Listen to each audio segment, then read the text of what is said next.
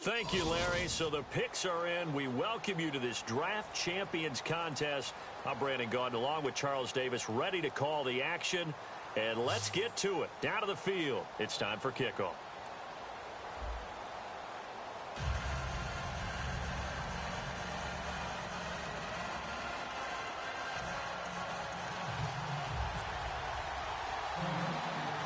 And it's the birth of a new club as we're underway in Draft Champions.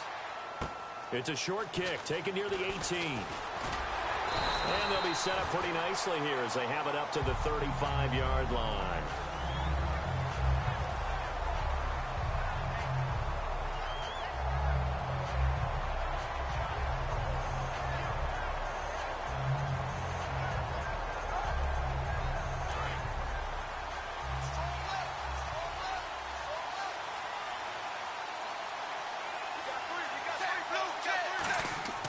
First and 10 for Dalton.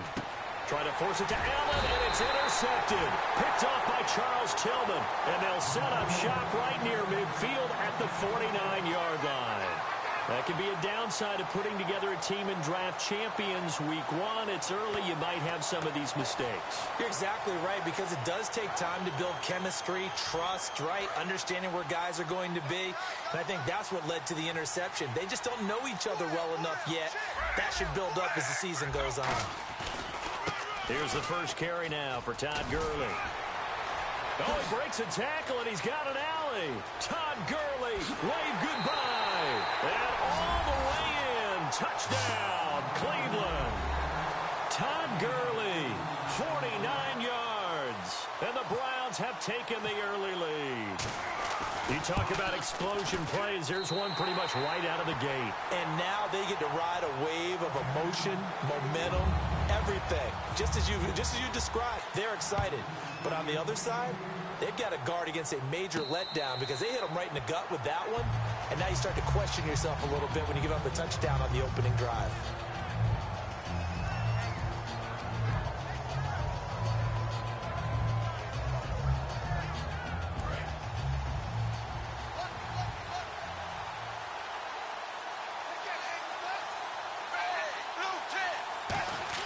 They go back to the air here after the INT. Oh, and this ball's tipped and intercepted. It's Chris Harris with a pick. And they will finally get him, but not until he's all the way down inside the 15-yard line. And now Cleveland geared up to take the field. And that recipe on their last drive that resulted in a touchdown looked pretty good, so they'll be hoping to do that once more. And it takes me back to when we sat with the offensive coordinator and the head coach. They felt pretty good about their game plan and thought there were some holes in the defense, and they exploited them the last time out. Let's see if they can come back and put together a similar drive. And we'll see if they can do just that. They'll try the end around with Robinson. And he is going to lose yardage here. It's a loss of a yard there, and now second down. So often you hear defensive coaches talk about we need all 11 on every play in order to be a good run-stopping unit. And sometimes it starts to sound a little cliche. But did you see the free safety on that play?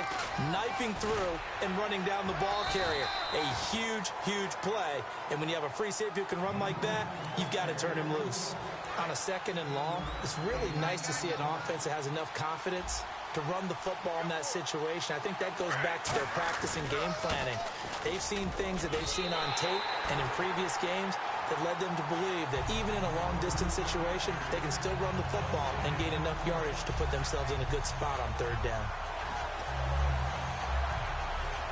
So now the Browns will turn it over to their field goal unit here. From the right hash here, should be an easy one.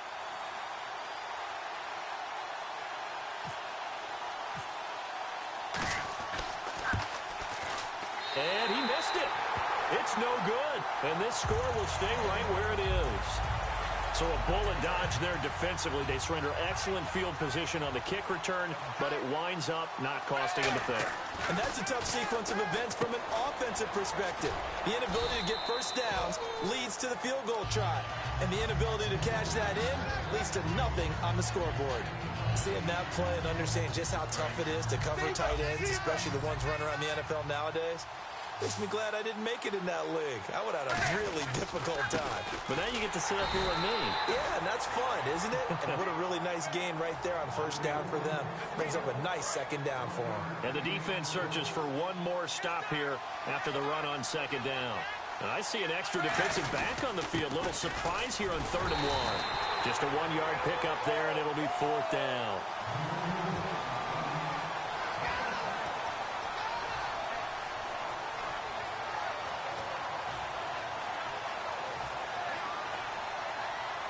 So in their own territory, but they only need a few inches, so they're going to opt to go for this thing. We'll see. Maybe a surprise pass or run. What will they do?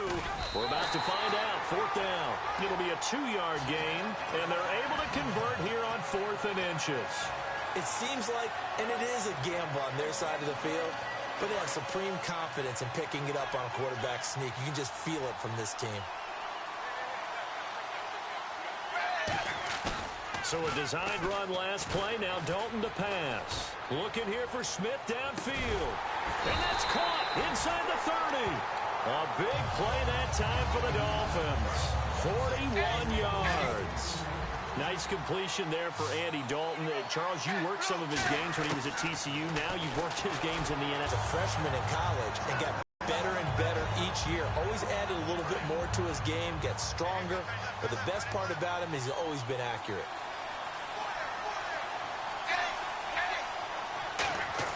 Dalton, 1st and 10. That's caught at the 3.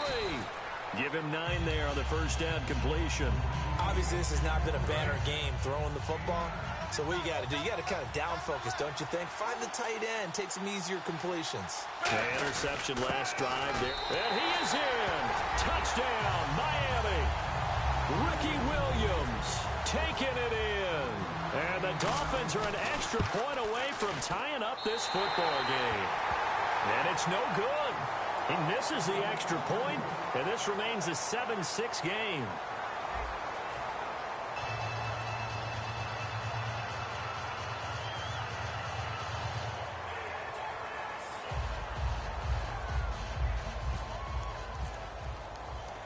Out now is Scobie. He'll kick it away. To return, here's Chris Conley.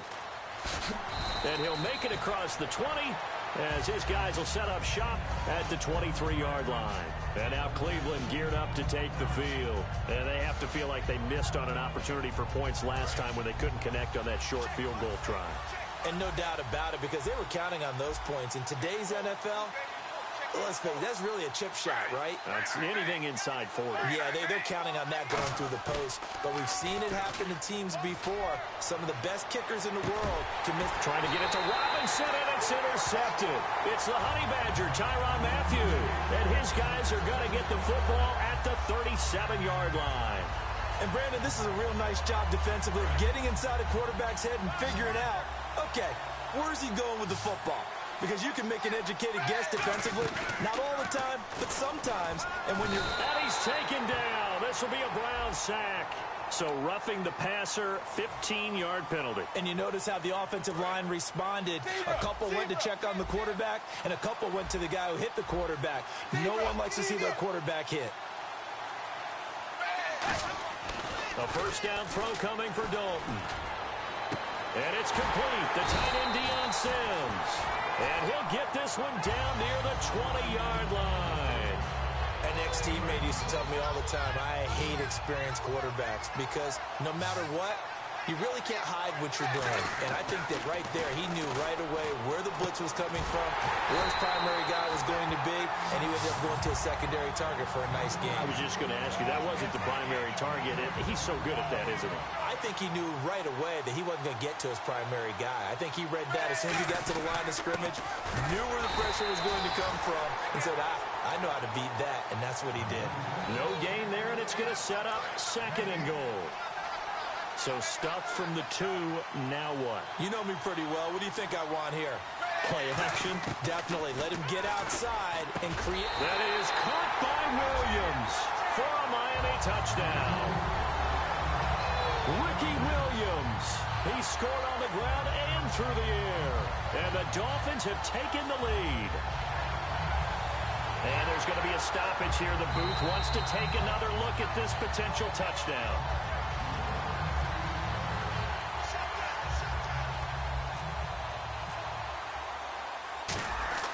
Oh, they flip it to the kicker. He looks like he's going to throw it. That is caught at the 7-yard line. And he will get into the end zone to extend the lead by 2 more. And following the touchdown, Josh Scobie now will kick it away. Here's Conley. And he's up past the 20 to the 22-yard line. Now the Browns offense, they get ready to head back onto the field. And last time, 1-play interceptions. So this offense, they should be fresh. That's a good way of putting it. And I can't wait to see what they decide to do with play calling, because a 1-play drive where you throw an interception, a lot of people think the very next time out, run the football, don't give them a chance. Maybe play action? I think maybe you go play action, show your quarterback.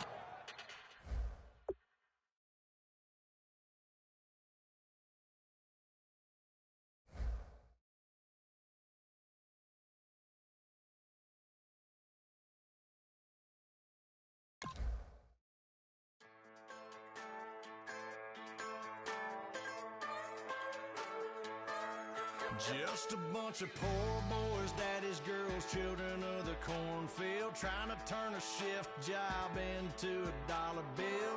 We wear the muddy boots, stay true to how we're raised. Ain't nothing about us fake. You know we're straight out of that dirty south, dirty roads. Nobody got no money, got them signed up pickup trucks, whistling at them from the country. Yes, sir.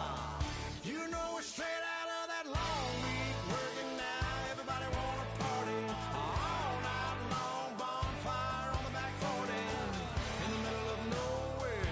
Nobody going home tonight till we're straight out of moonlight, straight out of moonlight. Just a bunch of John Deere junkies getting funky to some old hang. Nothing been stuck in the mud that we can't hook up to a rusty chain in the sun or in the rain. It's the kind of thing, you know we're straight out of that dirty south, dirty roads. Nobody got no money, got them signed up pickup trucks, whistling at them from the country. Yes, sir. You know we're straight out of that long week.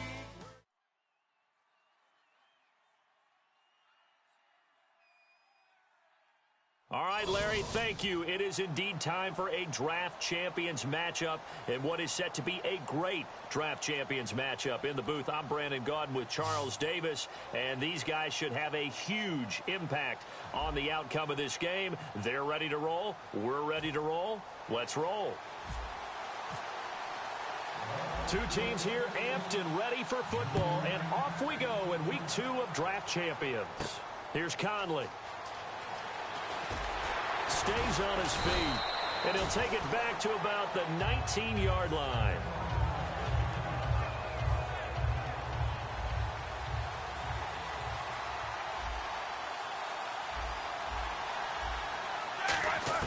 They'll throw on first down with Roethlisberger. Oh, he's going to air it out. Looking for Watkins, and it's intercepted. Picked off by Brandon Carr. And his guys are going to get the football at their own 47-yard line. Well, partner, that was not a good omen right there. The very first play from scrimmage, you just want to give yourself a nice, simple throw and hopefully get yourself into a rhythm. That is the last thing you're expecting. And now you put your defense in a tough spot right from the word go. And he will take it in for a Dolphins touchdown. Deion Sims, 53 yards. And the Dolphins are going to take a first-quarter lead. Just how they wanted to start this one, in the end zone on their first possession. And that just happened. How about that play right there? As you said, opening possession, setting the tone for everything. Now, I'm going to look forward a little bit now because everyone should be celebrating his catch in the end zone. The tight end gets a little bit of love. But if you're a receiver on the team, you should be thinking to yourself, boy, oh boy, things are going to open up the rest of the game if they have to focus on him as well. And following the touchdown, Josh Scobie now will kick it away. Short kick. One of the up middle take it down. And solid field position here to start as they get it out to the 40-yard line. Well, you gave up the first touchdown of the game, but how about the response? Big-time return. Now it's their chance to try and put points on the board. He'll buy some time right. Oh, you saw that one coming. It's intercepted. Thrown back across his body. It's the Honey Badger, Tyrann Mathieu. And the return stops at the 39-yard line. And out come the Dolphins now. Their D gets the INT. Now under heavy pressure, and down goes Dalton on the sack. Chandler Jones. He's the one that got to him. He takes him down for a loss of 9. Dalton throwing on second down. Rush coming, and he's taken down.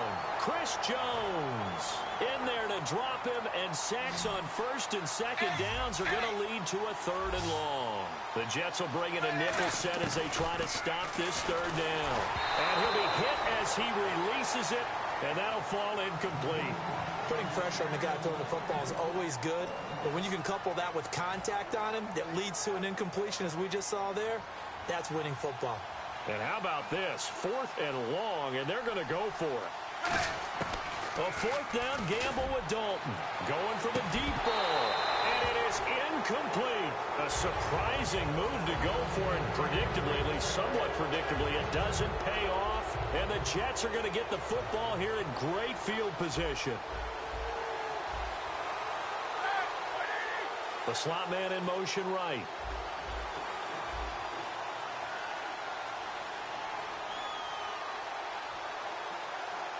And the slot man goes in motion left. They go back to the air here after the INT on the last drive. They'll roll him out right. Now Ben hit, and he lost the football. It's loose. And this is picked up by the Dolphins. Out comes the Miami offensive unit now. They get set to take over.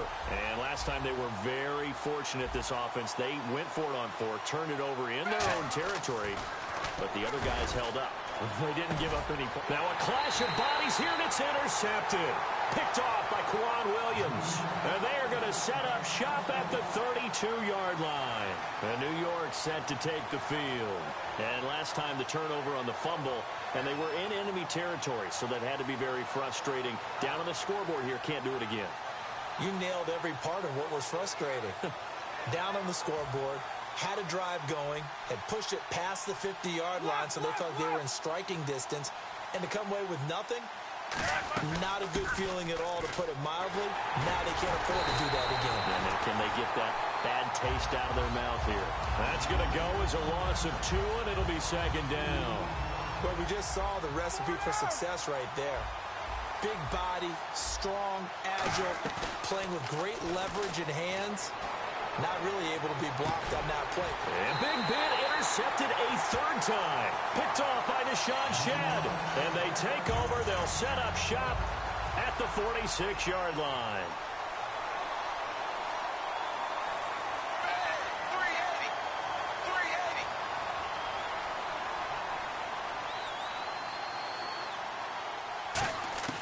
Trying to shake off the interception. He'll look to throw. Nowhere to escape, and he goes down. Chris Jones in there to get him for what will be a loss of 13 yards.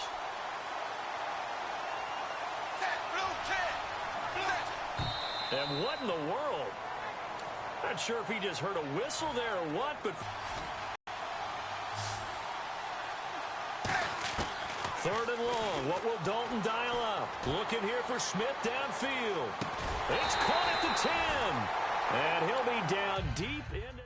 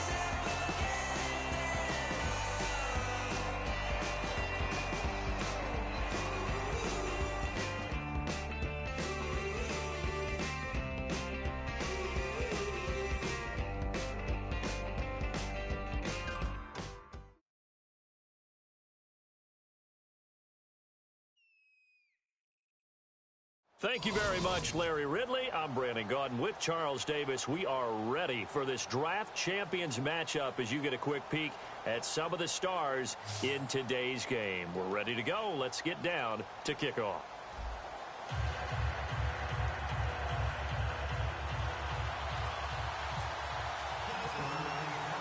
The getting to know each other process is over. Time to get down to it. And we're off in week 3 of Draft Champions. And the kicker commits the kicker's cardinal sin. He kicks it out of bounds. Zebra!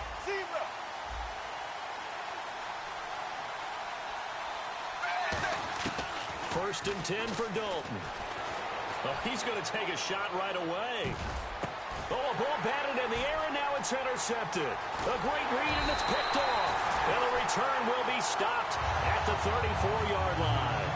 Brandon, when we sat with the offensive coordinator and the head coach and talked about how they wanted to begin this game offensively, they talked about their script, didn't they? 10 to 15 plays, the first 10 to 15 they had on their script. Nowhere on the script was there throwing an interception, I have to believe. That's going to go as a loss of a yard, and it'll be second down.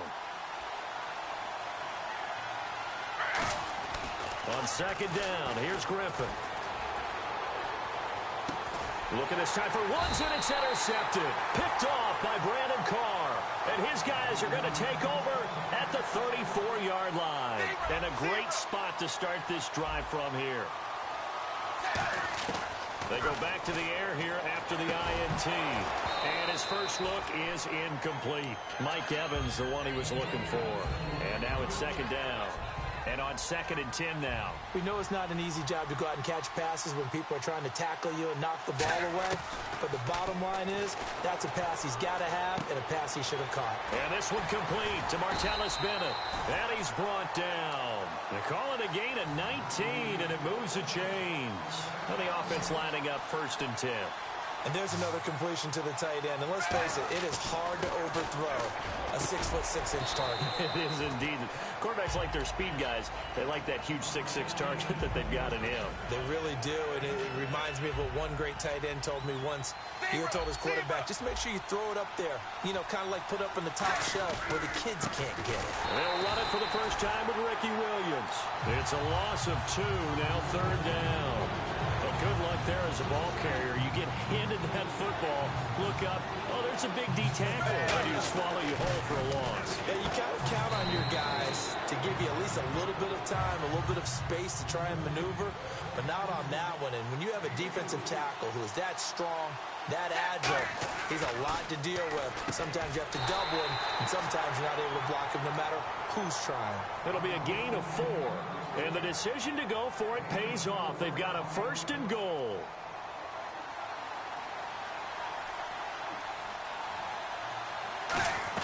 They'll run it with Williams.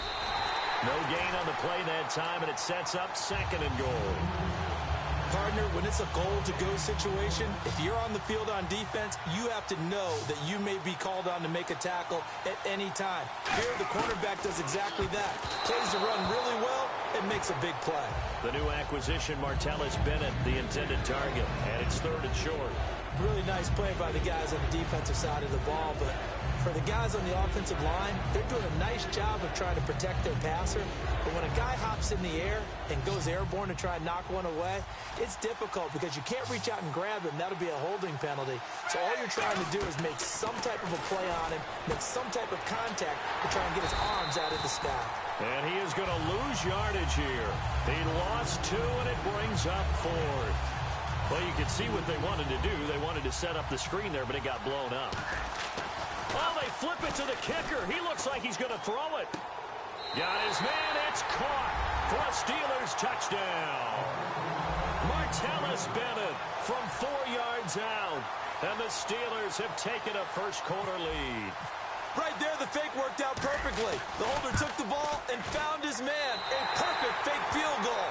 Love it. And following the touchdown, Josh Scobie now will kick it away. This is fielded at the goal line.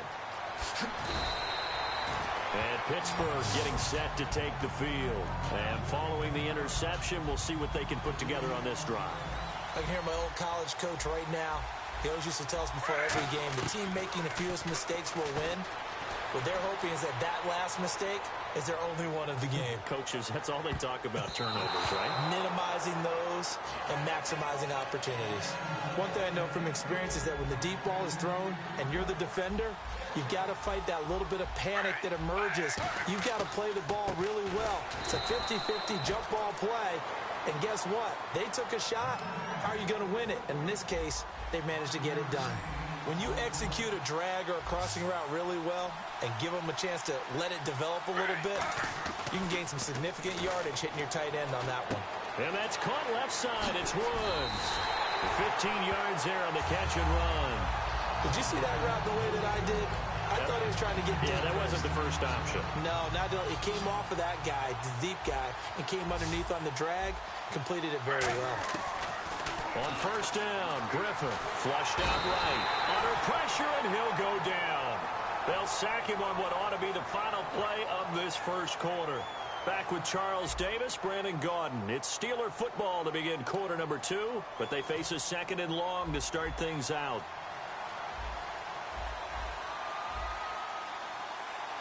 Hill, the lone setback. Now Griffin on second down. Into a double team, and it's intercepted. Picked off by Brandon Carr. And they're going to be set up in the red zone right around the 17-yard line. And Pittsburgh getting set to take the field. And they'll just simply be looking to build off the confidence of the last time out where they scored a touchdown. And confidence is powerful, isn't it? When you've scored once, you feel like you can go back out there and get it done again. Doesn't matter what the defense throws at them. They feel like they're in a groove right now, and they want to get out there and show it. Yeah, hoping to stay in that groove here this go-around. From the gun, Dalton looks to throw. This will be caught at the 2. And he's in. Touchdown, Steelers. Martellus Bennett with his second touchdown here in this first half. And the Steelers... Oh, they flip it to the kicker. He looks like he's going to throw it. And complete on the right side to Bennett. And he is into the end zone to bump the lead up 2 more. All right, partner, one more time. Our whole lives, you put the ball on the 3-yard line, kick the extra point. 2015, they put it on the 15 to kick the extra point. 2016, they said, we're leaving it there. So if you want to fake it, that's a long way to go. And they got it done. I was going to say, they had a 15-yard play in their back pocket. You don't see that on too many play sheets, do you? No. And Pittsburgh getting set to take the field. And following the interception, just any interception, are you a little bit more cautious when you start that next drive, or no, you just throw that out the window? I think you are. I don't think that there's any way you can run back out there and go, totally didn't affect me. Let's just go ahead and be loose with the football again. You're going to take care of it, but you have to be careful about being too cautious because now you can't run any offense at all. Still want to attack. We'll see how they attack them here. I don't know what was going on there, but the end result, this is going to be a safety. Well, I'm not totally privy to what went on with their offensive meetings, but, Charles, something tells me that one wasn't in the plan. Yeah, when we had our production meeting, they didn't exactly share that with us, but I'm pretty sure that on the play sheet, the run backwards into your own end zone play was not written down. And Pittsburgh getting set to take the field. And they were able to punch it in the end zone last time. They'll be looking to do that again here for the defense. Obviously, they'll be looking to stop them from punching it back in the end zone. It always is punch count. It's caught inside the 25. A big play that time for Pittsburgh. 52 yards. Today's receivers in the NFL, they're the complete package nowadays. We know they can run, we know they can catch, but they have those big frames now. So oftentimes, they just out-physical guys downfield and go up and catch the football. And we saw a big gain as a result on that play.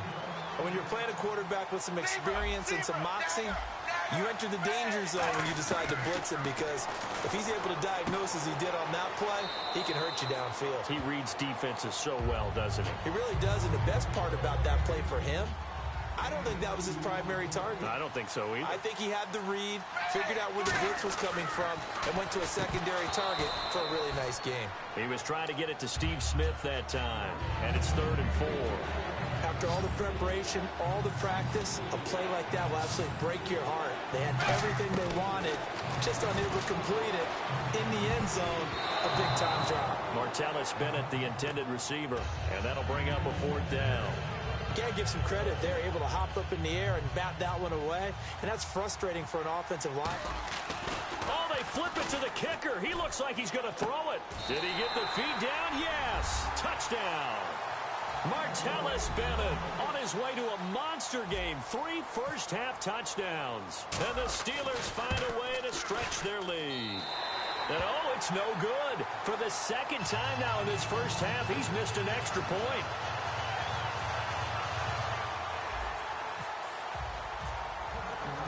And following the touchdown, Josh Scobie now will kick it away. Wide lines, that's why the flag comes out. Yes, and that was an error by the kicker, and it will give the offense great starting field position. They'll run it now out of the gun. And this play will be blown up. He'll lose yardage back at the 38. And time for us to take a break.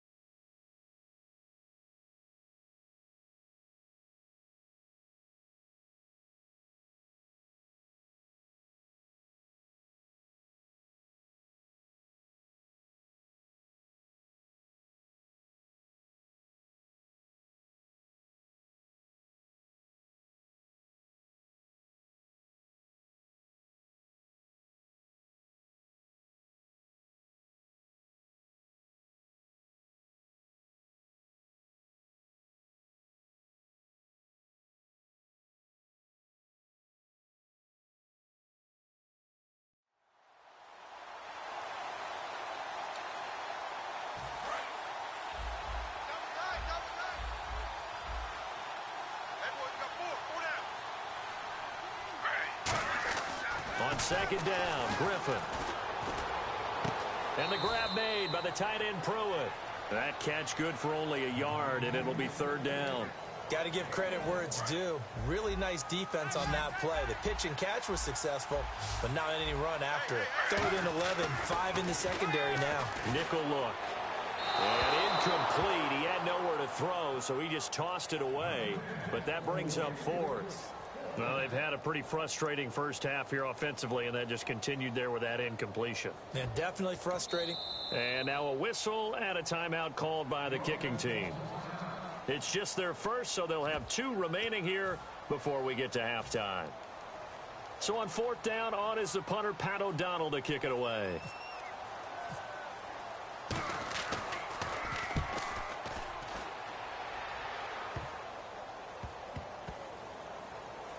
And great special teams work here. This is knocking on the door of the 5. They'll spot it at the 6-yard line. Out comes the Steeler offense now, ready to see what they can do here. And that last drive, a long drive, but not just that. They had a great air attack going. Do they stick with that?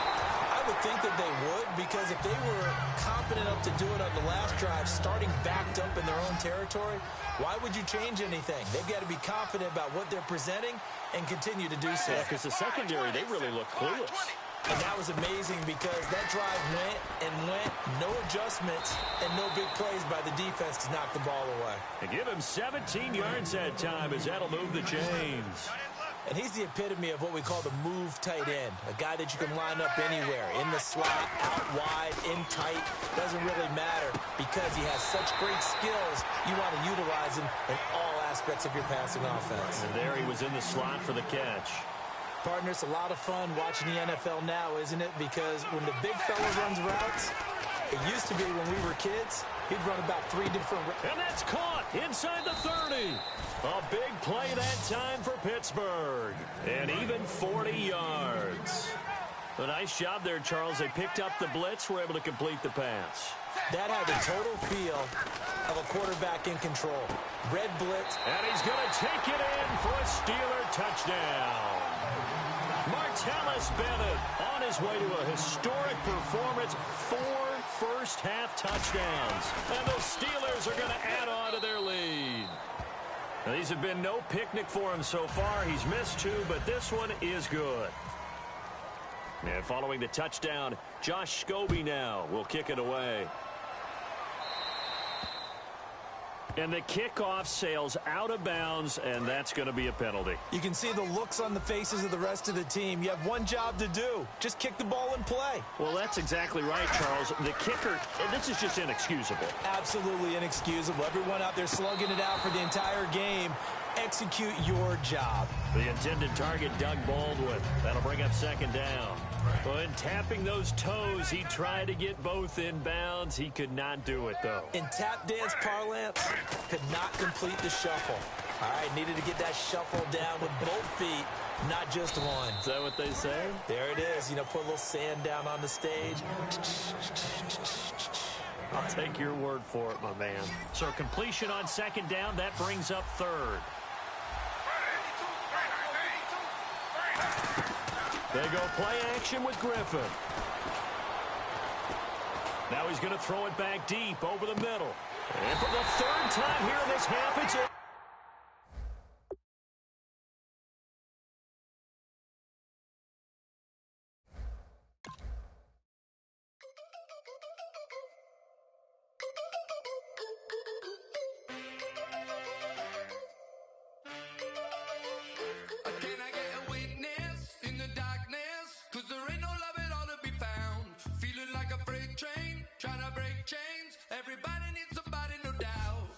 just step into your sneakers and step behind the speakers. Your heart will keep me beating and make me a believer. Don't you want me? Don't you want me? I need some mercy on my soul right now. Give me what you got. Oh, oh, oh. Give me what you got. Oh, oh, oh, oh. I said, roll up, yeah, come get your love. I don't care when we're dancing tonight. Just as long as you're there.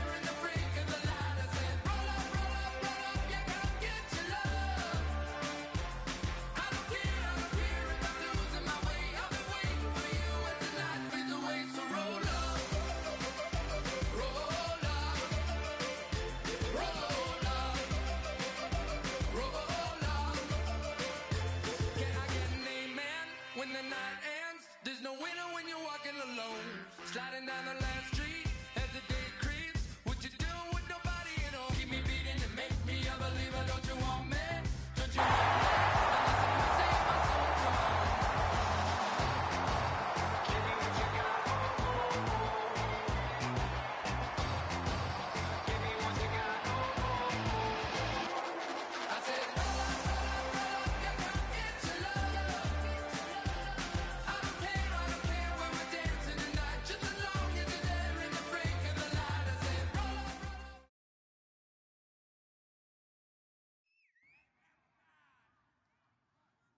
All right, Larry, hope everyone is settled in for a great Draft Champions contest.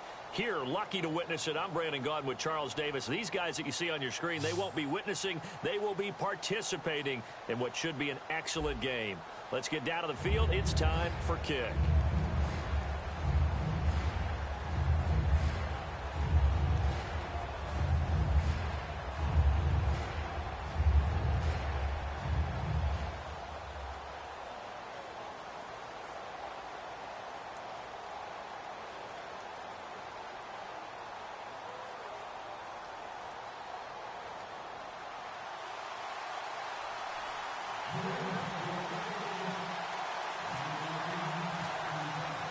They met here on the opening Thursday of 2015, and they're at it again here. The Steelers and Pats are underway.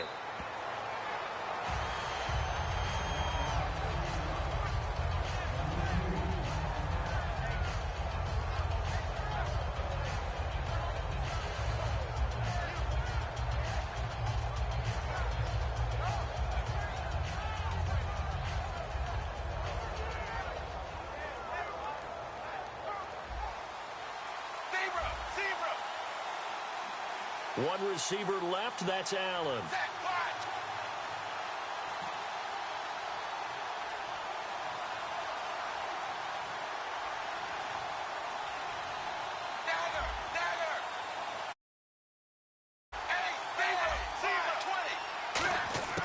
First and 10 for Dalton. And he's going to drop this off to Williams, complete. And they're able to get this one across the 35. 12 yards on the pickup, and that'll be good for a Pittsburgh first. So many times you hear today's NFL described as a space game. Get your best players into space with the football in their hands. That's why sometimes you just swing it out to your runner, get him out in the flat, and let him have a chance to make people miss an open field.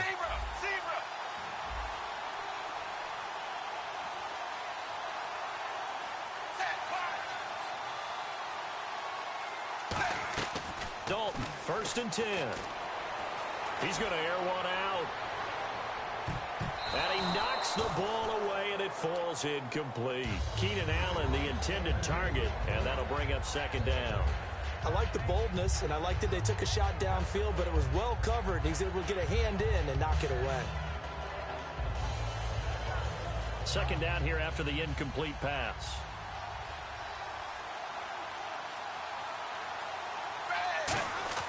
Second and 10. Dalton once more. He's going to try and go deep again. And oh, what a catch there by Allen. It's a big play there for the Steelers. And even 50 yards. And now a 1st down following that long gain.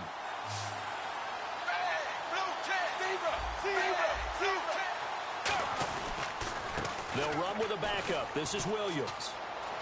And inside the 5 here before he's out of bounds right at the 3. It's a good gain of 11, sets him up 1st and goal. That's been a pretty darn good drive to start things off here in this game. Move the ball downfield well, and after that run, they're set up at 1st and goal. They'll try and run. This is Williams. Nothing doing there. They're going to wind up holding him at the 2. Only a yard that time, 2nd and goal. And the D-line pinching together must be expecting the run. 2nd down, Dalton. And he's in. Touchdown, Steelers. Steve Smith from a yard out. And the Steelers take the ball down the field and score on their opening drive. Well, that's how they envisioned to get the football to start the game and score it. And I don't know if that was scripted. Was it an audible? Or was it just a play call that they had in their pocket? No matter what, they had the right call on against the right defense, and they end up in the end zone.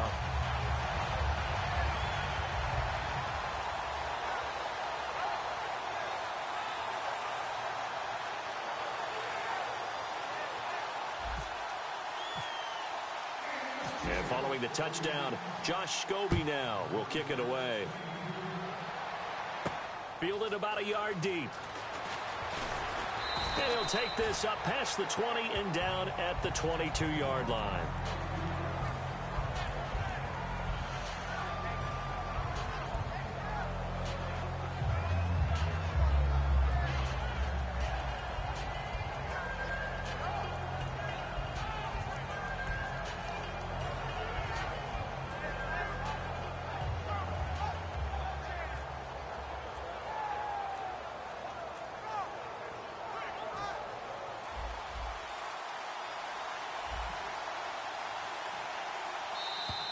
Play clock down to 0, and this is not the way to start a drive.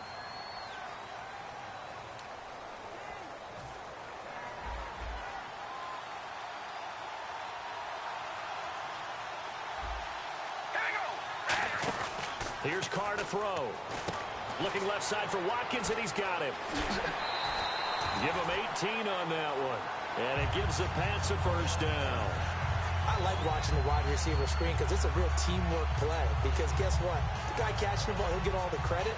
But how about the people who have to block in front of him, either fellow receivers or offensive linemen? That makes that play a really nice timing play, and sometimes it can break big.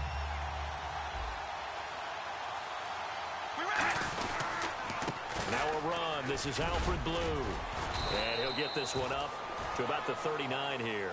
It's a pickup of 4, and it'll bring up 2nd down. Not a run that you're going to write home about, but still a good 1st down run. That's what an offense calls staying on schedule. 3 to 4 yards on 1st down, you're set up very well for the rest of the drive. 2nd down, and the offense in search of 6 yards.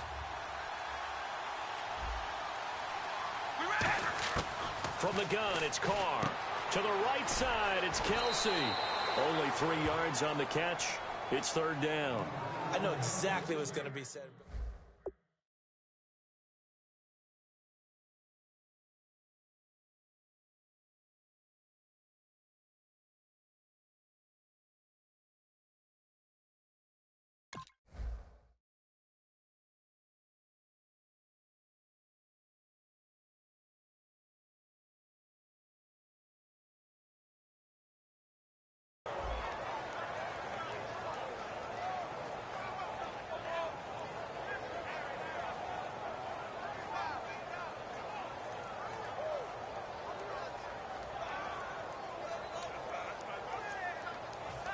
Third down and 3.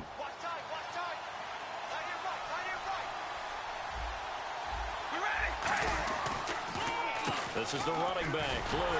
And he'll get nothing out of that one. Just a 1-yard gain on the play, and that'll mean a call to the punt team as it's fourth down. Now, that was a big-time play by the defense. They as well knew where the first down line was, and they didn't let them get anywhere near it.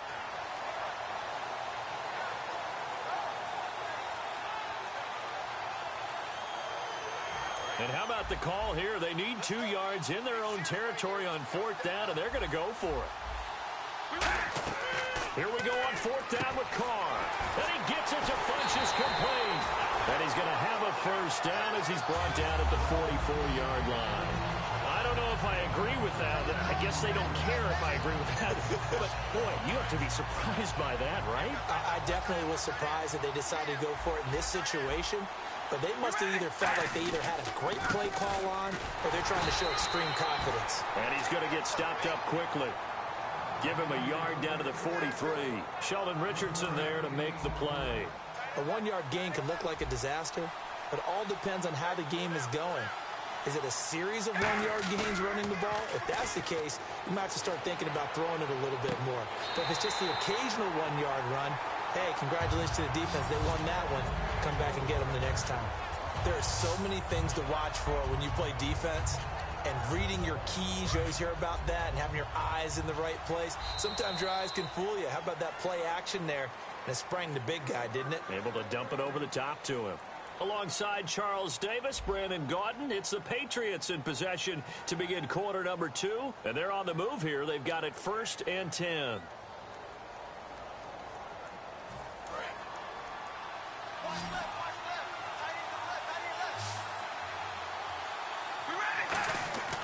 On 1st and 10, here's Carr.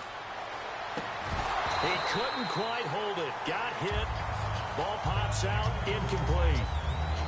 As tight ends go, he might not provide the super flashy plays very often, but he's pretty reliable. Usually an excellent target and normally catches what's thrown to him, but he didn't on that play.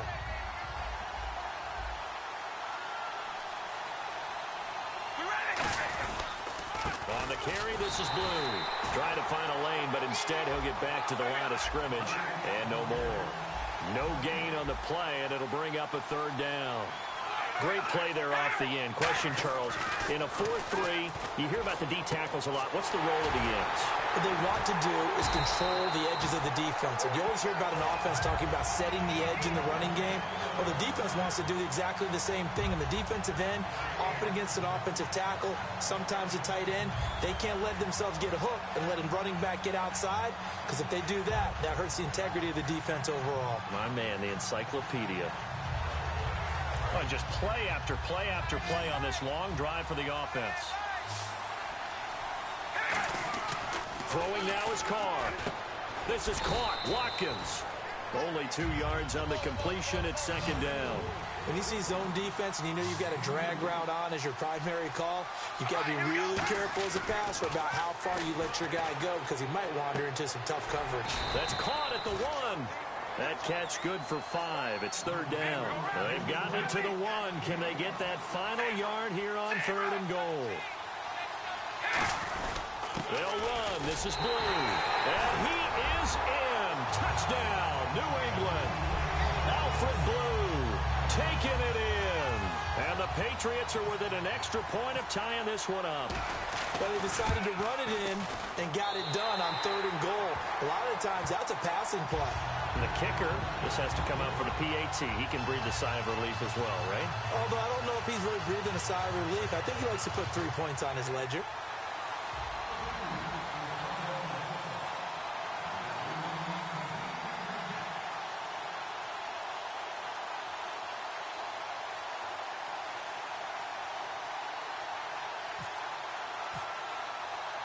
So we're right back where we started, all even as the kick's away. This will be taken in at the 1. And not a bad return here. He gets it out to the 25-yard line. And Pittsburgh getting set to take the field. And they will simply, Charles, be looking to duplicate what they did last drive when they were able to push it in for 6. And they hope it'll be that easy, right? To be able to take exactly what happened before, replicate it. They may have to make a few additional changes along the way because I'm sure the defense will make some adjustments, but they've got to have great confidence having scored the last time out. Now Dalton with a 1st and 10. And he'll be out of bounds across the 30-yard line. 7 yards on the play, and that'll make this a 2nd down. All right, say it with me now. There are a lot of different words we come up with. Maybe we go back and forth after that play, getting his toes tapped down to make that catch. Crafty? Yep. Wiley? Oh, definitely. All the veteran names. You name it, has every move in the book and continued to get better throughout his career so he can make that type of a catch.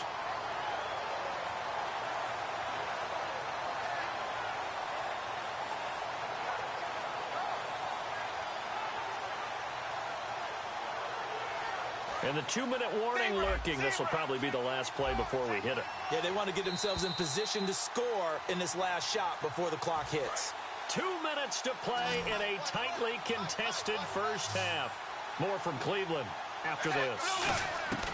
1st and 10 for Dalton. He's going to air one out. And that's caught inside the 35. They get 31 yards that time. And it's good enough for a Pittsburgh 1st down. There will always be a place for methodically marching the ball downfield. But when you can pick it up in big chunks and strike like that and have explosive plays, that's often the difference in winning and losing. Those types of plays that can knock a defense off balance, that'll drive a team towards a victory. It'll be a 3-yard gain, and that'll bring up 2nd down. Let's make this one simple. What a catch, especially the finishing part of getting his feet in bounds, toe tapping, and of course, foot dragging. A little tapestry, if you will. Oh, I like it. And they'll be inside the 25 now at the 24. Give them 5 on the screenplay, and that'll set up a 3rd down. For a second there, I thought that might break big. Screen pass. Looked like it was coming together. Looked like there was an opening.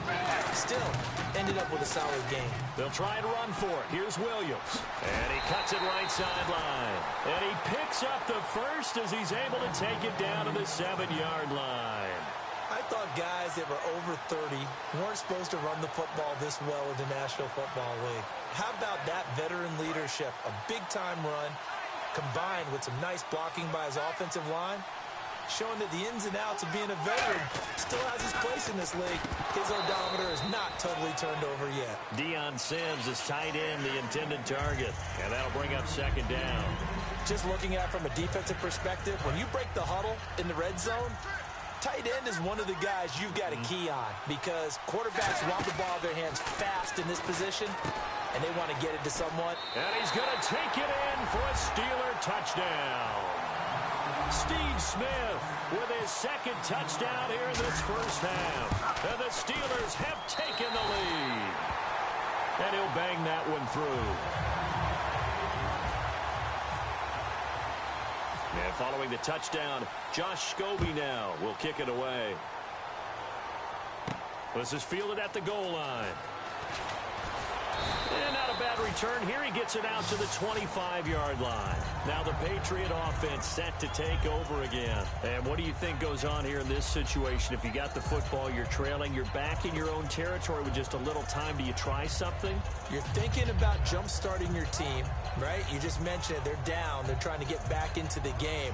But you got to figure If something goes wrong, you may have put yourself in a spot where you may not be able. Play clock down to 5, and they're going to burn a timeout. It's just their first, so they'll have 2 remaining here before we get to halftime.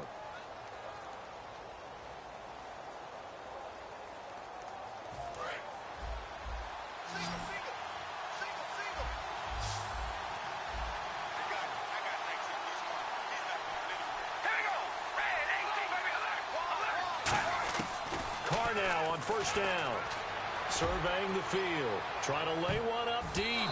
That's going to be knocked away and incomplete. I know the initial focus was on how far that pass was downfield, but how about the coverage on the play? Able to stay with him, get his hands where the receiver's hands were going to try and catch the ball, tips it up in the air, and knocks it away. Now Carr, looking left side for Watkins, and he's got him. 6 yards is the pickup, and that'll lead to a third down. The Steelers insert their nickel defense on third down. Yeah, they add a DB. From the gun, it's Carr. And it's complete to Kelsey. And he will have first down yardage as he's brought down at the 41. And after that completion, you can understand why so many teams in the league are emphasizing speed on defense at every position. The tight ends have created so many tough matchups now. If you can't run with a tight end as a linebacker, this is going to be the result every time.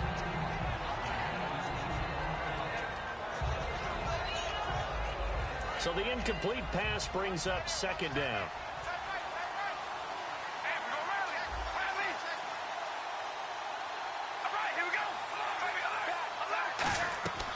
Again, it's Carr. Finding time. He's going to let this one go deep. And it's knocked away and incomplete. Allen Robinson, the intended receiver. And it's third down. One of the toughest things about playing defensive back is pattern reading, trying to figure out what they're doing. And on that one, they had the fly, just sending a guy downfield with the in route accompanying it, what people call a dagger route, trying to hit the guy underneath after the clear. Now whistles come in. We're going to get a timeout here by the offense. So as they take it over, we step aside. So after that big gain, let's see what else the offense has up its sleeve. The final shot here before half for Carr. Looking deep here. Man, it's caught at the 6-yard line. So we've reached halftime here with the visiting Steelers out in front as we send you down to our EA Sports Studios in Orlando, where we find our man Larry Ridley with our halftime report. So both teams have their marching orders, and we'll get going again here in quarter number 3. And this is secured by the Patriots. A gutsy call. Locker room with a lead, tried the onside kick. It didn't work. And you just wonder what the gain was there. They're already in the lead. They were in control of the game. They may have given momentum now to their opponent and maybe kick-started things going in the opposite direction.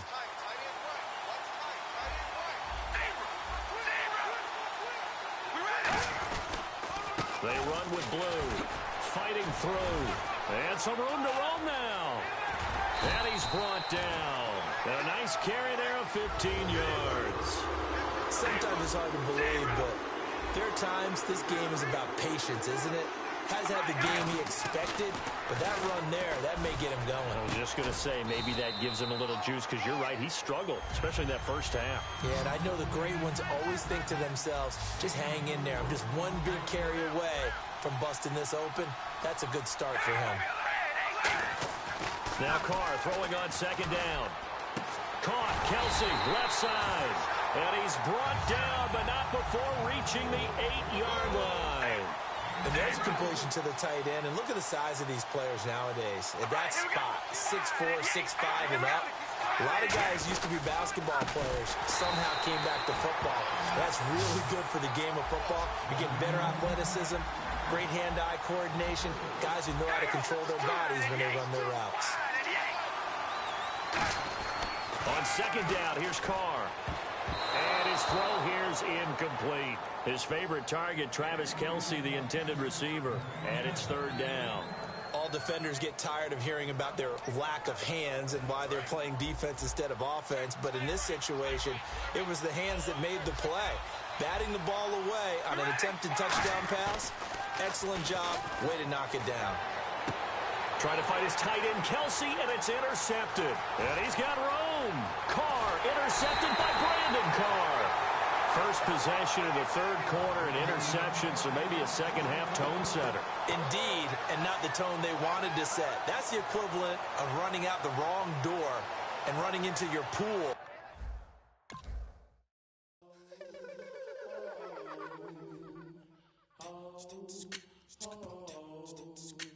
Hello, my name is Kamal. I am from the clouds. I'm a human now, but I used to be a raindrop. Word up, I'm really good at putting words up. I make them levitate and circle with the birds. I don't need to force it, I let it occur. Whatever occurs, thank you. Feel like I was touched by an angel. Once again, a whole nother angle. I got a lot of holes in my ankle. I got a lot of love and a whole lot of ignorance, and that's a good thing if you want to relate. I'm just trying to relate. I'm just trying to relate. I'm just trying to relate. I'm just trying to relate.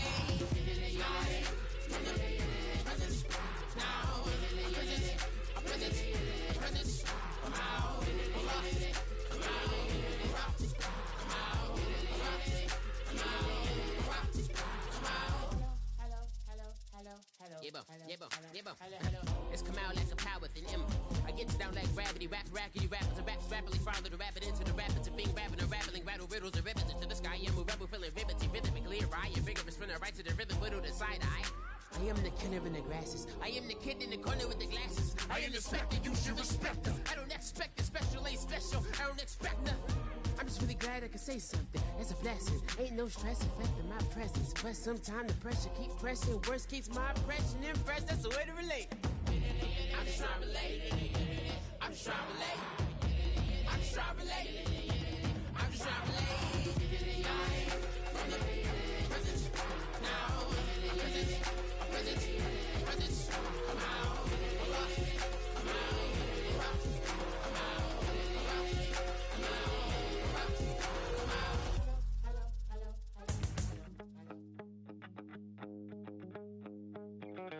My second body cost a lot.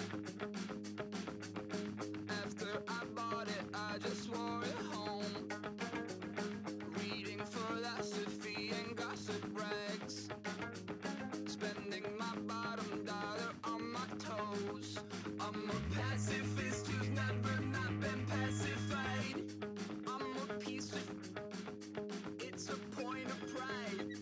I'm the super rich complaining I want more in life.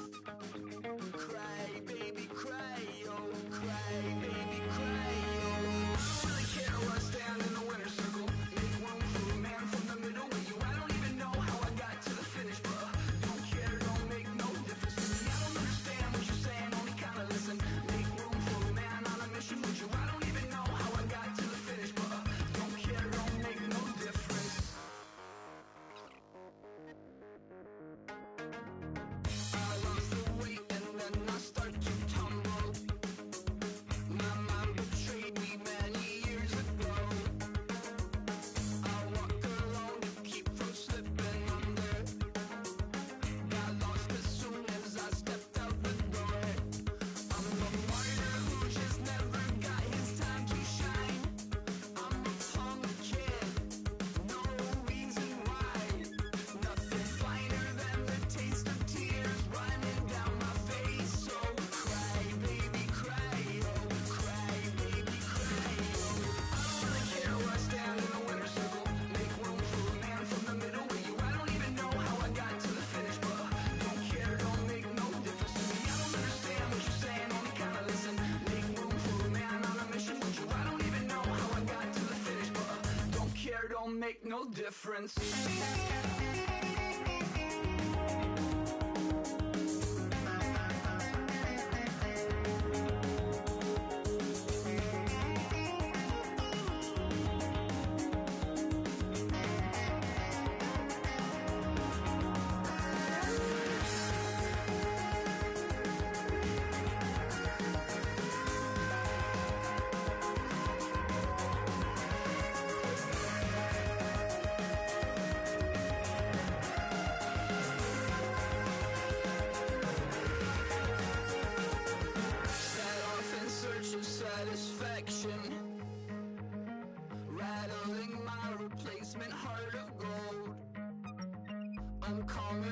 to join the cast of Carmen. I never sung a single song before. I don't really care where I stand in the winner's circle. Make room for a man from the middle with you. I don't even know how I got to the finish, but don't care, don't make no difference to me. I don't understand what you're saying, only kinda listen. Make room for a man on a mission with you. I don't even know how I got to the finish, but don't care, don't make no difference. I wanna sit on private planes. I wanna scream my name on top of the Eiffel Tower. On the Eiffel Tower. I wanna hit that blackjack. I wanna take that money and run right here, right now. Right here, right now. But I won't take that train. I won't catch that flight if you're not on that plane. We ain't taking off tonight. All the money in the world, baby, don't mean a thing to me, 'cause you're all that I want. And even if we're broke, baby, don't mean a thing to me, 'cause you're all that I want. Right here, right now. Right here, right now.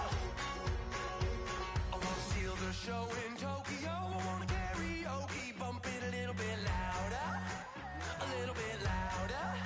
Hey, I wanna sing along with Elton John in a white limousine rolling right here, right now. Right here, right now. But I won't take that train. I won't catch that flight if you're not on that plane. We ain't taking off tonight. All the money in the world, baby, don't mean a thing to me, 'cause you're all that I want. And even if we're broke, baby, don't mean a thing to me, 'cause you're all that I want. Right here, right now. I need you right here, right now. Oh, I need you right here, right now. Yeah, I need you right here, right now.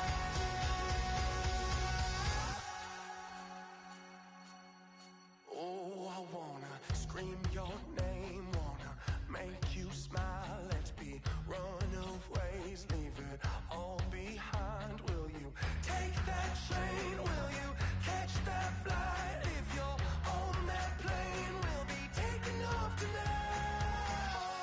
The money in the world, baby, don't mean a thing to me, 'cause you're all that I want.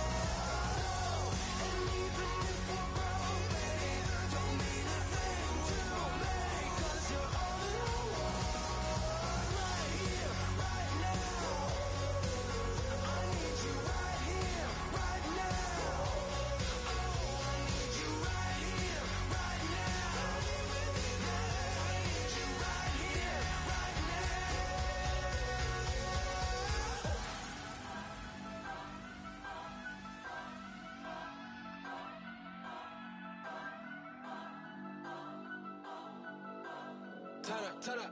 Turn up. I'm breaking in. I'm at the pearly gates, but they won't let it in. I told the devil, I said, I ain't trying to sin, yeah. No, I ain't trying to sin, yeah. Pray to the Lord, Daddy, let me in.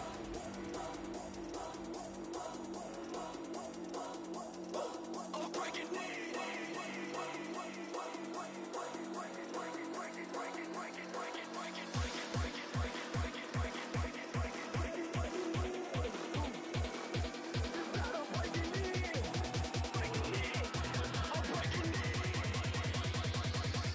I'm breaking in.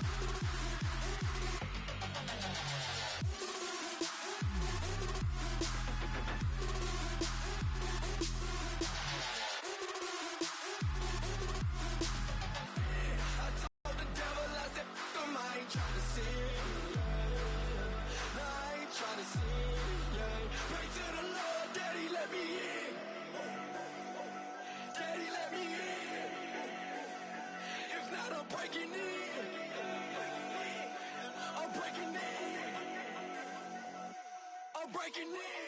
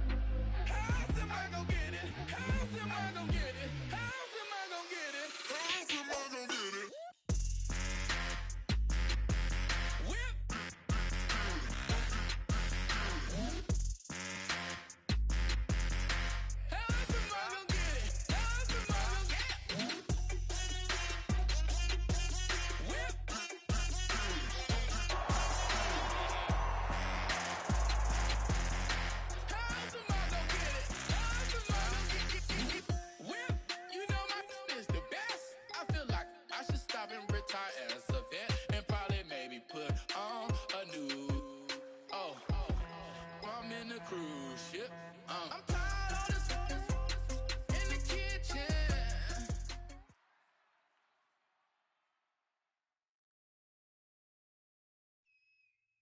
Thank you, Larry. Brandon Gaudin, along with Charles Davis here in the booth. We are set for a spectacular Draft Champions matchup and some spectacular talent on your screen right now. Let's not waste any more time. Let's get down to the field for kickoff.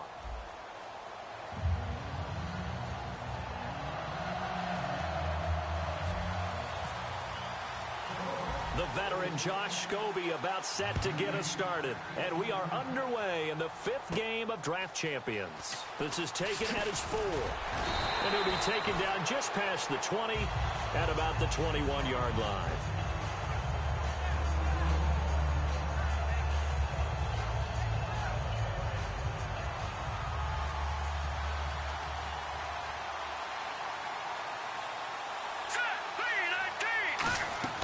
They go play action here on first down. To the sideline, and a nice catch there. Made sure the feet were inbounds, and they were. Can you do any more work or make it more dramatic for not much gain than what we just saw there? Did you see how his toes got down? Tip-tap, got him down. But what did he get out of it? He sold the sizzle. He just had no steak. I mean, was it 1 yard? Yeah, plays like that, you at least expect a first down. They're just 1 yard. Third play here, this opening drive as they're up against a 3rd and 5. And an encroachment penalty here will cost them 5 yards. And it makes it so simple, doesn't it? An easy free 5 yards for the offense given to them by the defense. Offense comes to the line now, 1st and 10.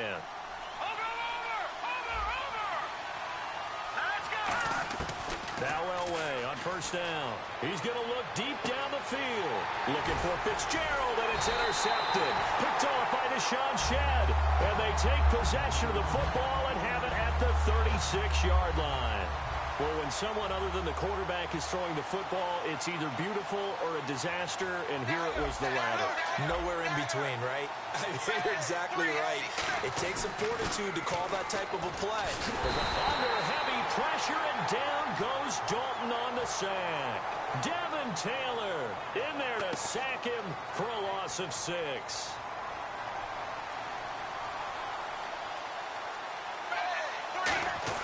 It's 2nd down. Dalton looking. And over the middle to the tight end, Bennett. 6 yards is the pickup, and that'll lead to a 3rd down. Completion was given up, but that's why you play zone defense, so that you can have people around the ball when it's caught, and you don't give up much run after the catch. Dalton going deep here for Allen. This is caught inside the 15. And all the way in for a Miami touchdown. Keenan Allen, 63 yards. And the Dolphins are going to take a first-quarter lead. And he's got it up and through. And following the touchdown, Josh Scobee now will kick it away. This is fielded at the goal line. And he'll get it up past the 20 to the 22-yard line. Here's the Chicago offense coming back out onto the field.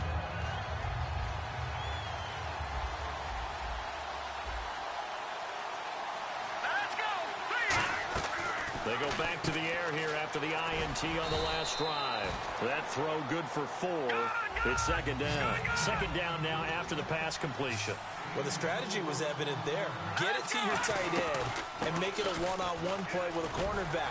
Who's usually going to win that one? The tight end, but not there. Not in this situation. How about the corner defeating that logic and making a really nice tackle? And that's a nice pickup of a first down on that 2nd down run. And at that yardage gained, they can run that play on any down. He was trying to find Deshaun Jackson that time. And it's 2nd down.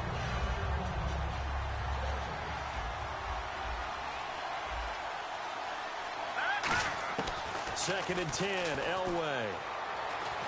He gets it into the hands of Larry Fitzgerald. 8 yards on the completion, but now they face 3rd down. I know we just saw a nice throwing catch, but how about the big guys up front buying that time? Yeah, that's exactly what they did. They created time and allowed the space to happen, and it turned into a really nice play. They'll come out in the pistol. 3rd and 2, now Elway. And a quick throw here, that's complete. And he's got the first down yardage as he takes it down to the 49. And on display right there, the arm that made John Elway a lot of money.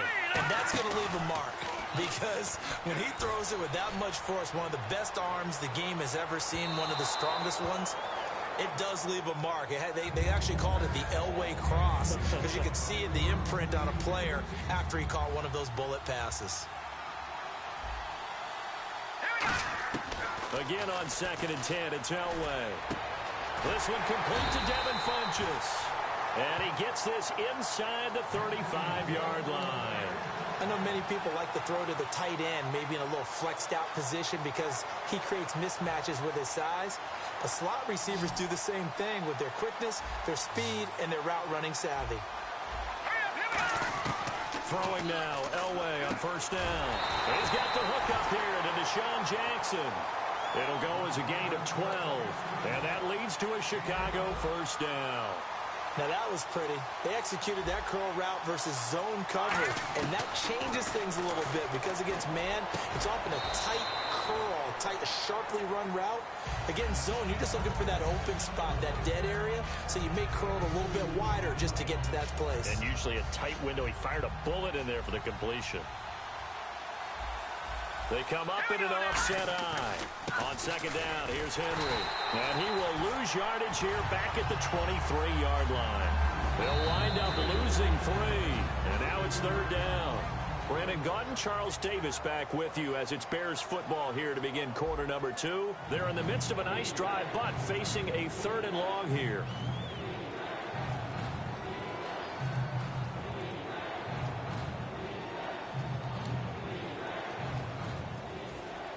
Long drive. The defense just cannot seem to catch a break and get off the field. Here we go now. On 3rd down, Elway. They set up the screen for Henry. And they'll bring him down at the 13-yard line. The screen does get him 9, but it also brings up a 4th down. And what they're challenging here is the spot of the ball, and this is probably the hardest challenge to win. So difficult because the speed of the game, the angles of the cameras, your angle from the sideline watching the play can often fool you into thinking that the ball should be placed in a different spot. And no field goal try here from the red zone. Offense out there. They'll go for it on 4th. They come out here in the eye. Green 39. They're going on 4th. It's Elway sliding out of the pocket. He finds Coleman. And he has the first down before he's tackled at the 5. Well, the feel that I get on this is that they felt like 3 was just not going to be enough after getting this deep into their territory. And Charles, correct me if I'm wrong, but it didn't even look like they hesitated there. They knew they wanted to go for it. That tells me that during the week, they were thinking about these situations, and they feel like maybe they're just the better team, and they want to go ahead and prove it conclusively. Today's NFL, these big guys are featured receivers. They move them all over the place to try and find good matchups, and they had one. They were just unable to complete the pass. They come out 5 wide, 3 of them to the right side. They come up in an empty set, 4 wide receivers, 1 tight end. Now it's Elway. That's caught at the 2. Only 3 yards on the catch. It's 3rd down. He decided to run a hitch route. It really helped to have a guy who can turn it loose. And, boy, he rifled one in there on that one. Not much run after catch, but it worked really well. This defense hasn't let him in yet. They'll need to stiffen here. 3rd and goal from the 2. Elway will throw. And that is caught. Touchdown, Bears. Terrell Pryor, a 1-yard touchdown reception. And the Bears are an extra point away from tying the football game. It's good, and we're all tied at 7 apiece. So a tie ball game here as the kick's away. This is fielded a couple yards deep. And a pretty good return here. He'll be stopped just shy of the 25 at the 24-yard line. So now here come the Dolphins.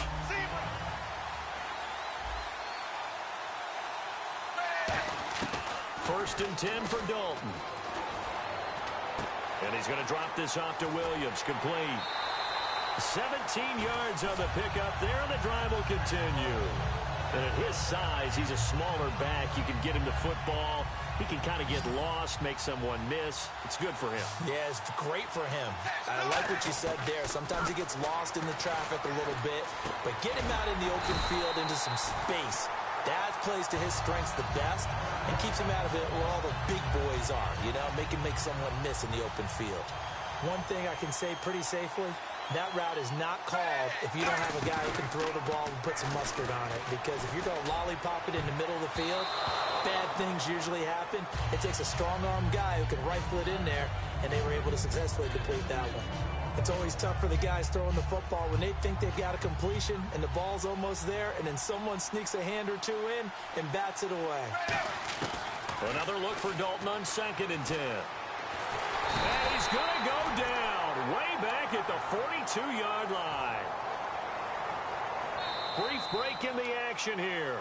We're back to Atlanta right after this timeout. Big sack on 2nd down. Now the offense needs to convert here on 3rd. Defense really showing respect to the deep ball here, playing off the receivers. And it's complete. The tight end, Deion Sims. And he's going to get this all the way down inside the 35. So there on that play, offensively, they ran the crossing route. Defense was in zone coverage, so as a former DB, how tough is it to defend that? It's really difficult because your natural inclination is to chase the receiver and maybe leave your zone. So you have to have discipline in order to talk to your other coverage guys and let them know that that receiver's crossing from yours. And then when the ball is actually thrown, secure the tackle. When they're moving on crossing routes, if you miss a tackle, it usually results in a big play. Give him 3 on the screen. He couldn't break free, and it's 3rd down. In order for a screen pass to break big, a lot of things have to come together and be well executed. But all it takes is one small thing to go wrong and keep it from being a big game. Evans has it left side. Just a 5-yard pickup, and it leads to 4th down. So much about offense is what you call hidden yardage. You know, you throw the ball to someone, they catch it, and then they can make a big play. You know, they create a play, run after catch. They did a really nice job there of limiting. Oh, they flip it to the kicker. He looks like he's going to throw it. They're not going to get it. They try to move the chains with a surprise, but it's a turnover on downs. Well, there's two sides here. I guess you could pinpoint and look at the offense and say, oh, man, what a disaster. Hey, the defense, though, they came through. Preparation's the key to everything, and when you're on the defensive side of the ball and in special teams meetings, you prepare for plays like this, and in this case, they were actually able to win it. And when all else fails as a defender, when you're not there in the coverage, your best friend is exactly what we saw there. A big play shot taken by the offense. Into double coverage, and it's intercepted. Picked off by the linebacker, David Harris. And the return here is stopped at the 35-yard line. The Dolphins offense now working their way back onto the field. And on the last drive, they were in field goal range. They just opted not to kick it, didn't get it. How does that change the mentality this go around? I don't think it changes much for the head coach, because this is what he preaches all the time. Attack at all times in any spot on the field, and he likes touchdowns, not field goals. Now, your field goal kicker, you got to make sure you nurse him through and say, okay, don't worry about it. When we need you, you've got to be ready to go. And the team, of course, loves to see points on the board. So let's see if it changes a little bit from the same spot again. Well, we'll see what the decision is here if they get to that spot. 8 yards on the pickup there, and it moves the sticks. And now inside the red zone, the offense will operate. On 1st and 10, here's Andy Dalton. And this is complete. It's Allen. And he'll take this into the end zone for a Dolphins touchdown. Keenan Allen as the first half is winding down. And the Dolphins have taken the lead. And his kick is good. And following the touchdown, Josh Scobie now will kick it away. Fielded about a yard deep. And a nice job there on special teams as he's taken down at the 14-yard line. The Bears offense now gets set to head back onto the field. And the ball backed way up, so thinking with this amount of time on the clock, probably just sit on it, and we'll see these two teams go to the lockers. Yeah, I don't think you want to overthink it in this situation. Either side of the ball. Just go ahead and finish up the half and get on out and talk about it. He's going to wind up and air it out. And it pops free. The collision there jarred the ball loose and brings up second down. On every offensive coordinator, every play caller sheet, they have about 5 or 6 plays per game that they call shot plays or big plays. And you don't get many opportunities to dial them up, and they just did. And they drop it with a great chance to make a big play. That's going to hurt. That one goes for 13 yards, and it moves the sticks. Now that's the way you run offense. Understanding your clock situation. Excellent job getting to the sideline and getting out of bounds. That's the way to conserve time. On 1st and 10, Elway. And for the 3rd time here in this half, it's intercepted. A great read, and it's picked off. And his guys have got it back at the closing stages of the first half. The final act of the first half, Dalton. Oh, the ball comes out on the hit, but they'll say it's incomplete. So we have reached halftime with a touchdown. That's the difference on the scoreboard. As we'll send you down to Orlando, where Larry Ridley has our EA Sports halftime report. Larry?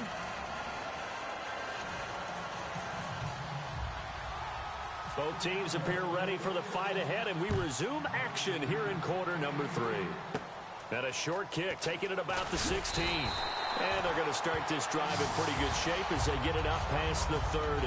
Out comes the Dolphins now. They'll go on offense first here in this 3rd quarter. They have the lead now. They'll be looking for some separation here as we begin the 3rd quarter. I like the way you term that, because now I think they go a little bit deeper into their playbook. They like what they did in the first half. That worked okay. But in order to get the separation that you just talked about, change things up a little bit. Change your tendencies, try and hit them a little bit more with some things they didn't see in the first half. We'll see if they do just that. Quarterbacks love slant routes because the receivers are breaking right into their line of vision, and receivers love them as well because they're getting the ball on the move and able to catch it and try and get upfield and gain additional yardage. A 1st down throw coming for Dalton. He's going to look for Allen now. This is caught inside the 15. A big play there for the Dolphins. 36 yards. So after that big play, let's see if they can catch their defense maybe on their heels.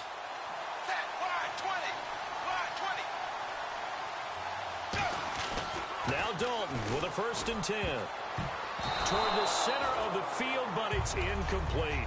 Well, the numbers have been good in the passing game, and certainly a big reason why they have the lead. But now here, 3rd quarter, maybe go to the run game a little more? Yeah, perhaps. I mean, after that incompletion, a little credit to the defense for shutting them down on that play. Maybe you try and run the football a little bit more in this spot. But they have to feel good about how they've been throwing it overall.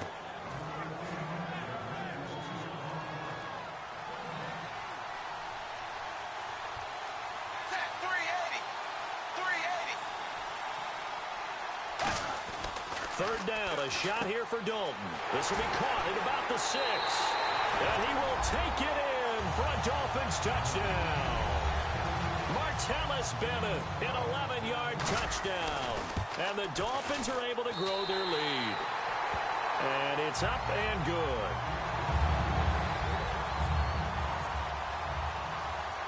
And following the touchdown, Josh Scobie now will kick it away.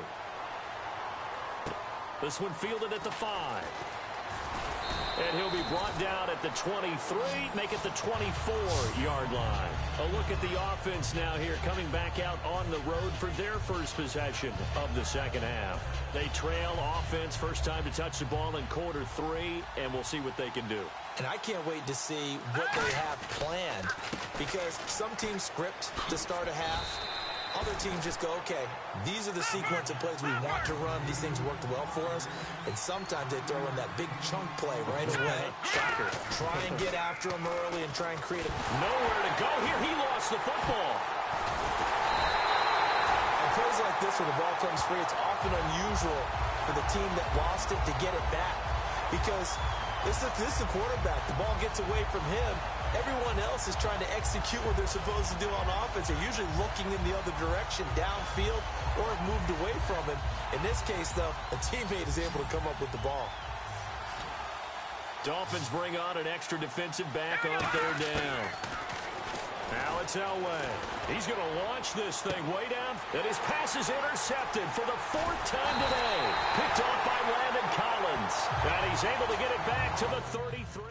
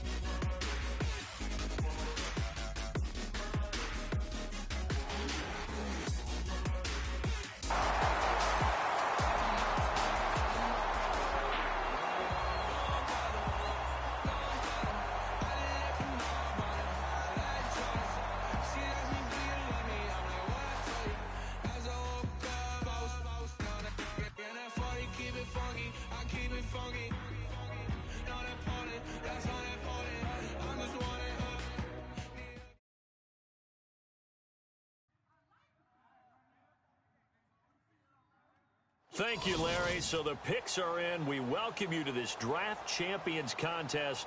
I'm Brandon Gaudin along with Charles Davis, ready to call the action. And let's get to it. Down to the field. It's time for kickoff.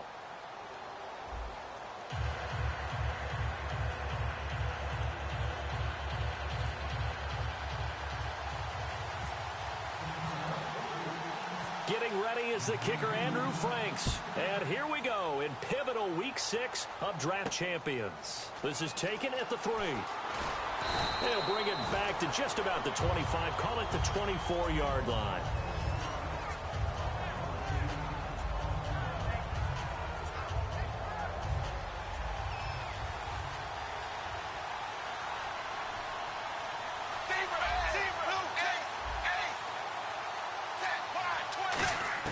First and 10 for Dalton. Oh, he's going to take a shot right away. And no, incomplete. Boy, they took a shot there on the first play, trying to start it out with a bang. But it's second down. How about that, taking a deep shot on the first play of the game. Obviously wanting to set a tone by pushing the ball downfield. Just came up incomplete. Another look for Dalton on 2nd and 10. And complete on the right side to Bennett. And he'll get it up near the 35, right at the 34 here. Give him 10 yards on the pickup, and that'll bring up what looks to be a 3rd and inches. Can't be more than a half a foot. Well, still in search of the first down after that last completion. And on 3rd down, a nickel formation here defensively. They look to throw on 3rd with Dalton. And he hits the tight end. It's Deion Sims. Officially a gain of just a yard there, but they do convert on 3rd and inches. And fits the exact right word. Over the middle, there's almost always traffic, so anytime you're a receiver in that area, you're not just focused on catching the football.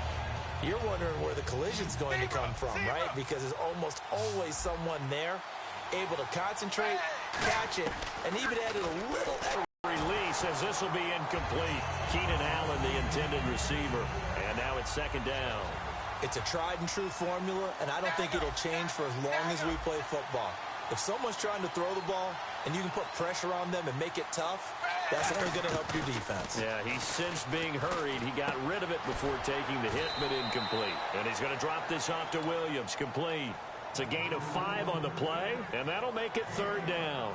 I like it, I like it, I like it. Get everyone involved in the passing game, and you know you can create those great mismatches throwing it to your guys out of the backfield. And on the first drive, that can also help establish some rhythm, right? I think so, and gets everyone involved. They feel like they're part of it and really gets them amped up as they go forward.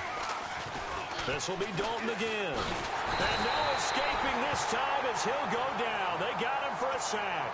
Zach Kerr in there to get him for a loss of 9, and that'll lead to 4th down.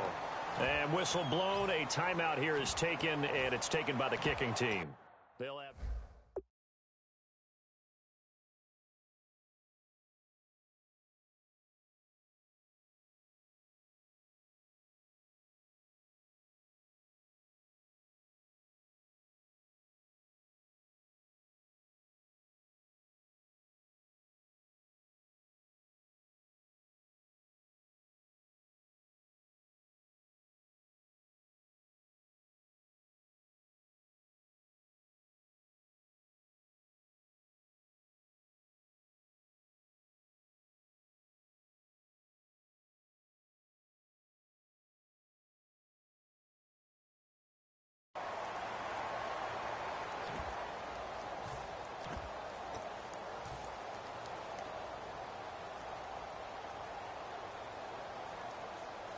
Okay, look at this. The punt team nowhere to be found. They're on the sidelines.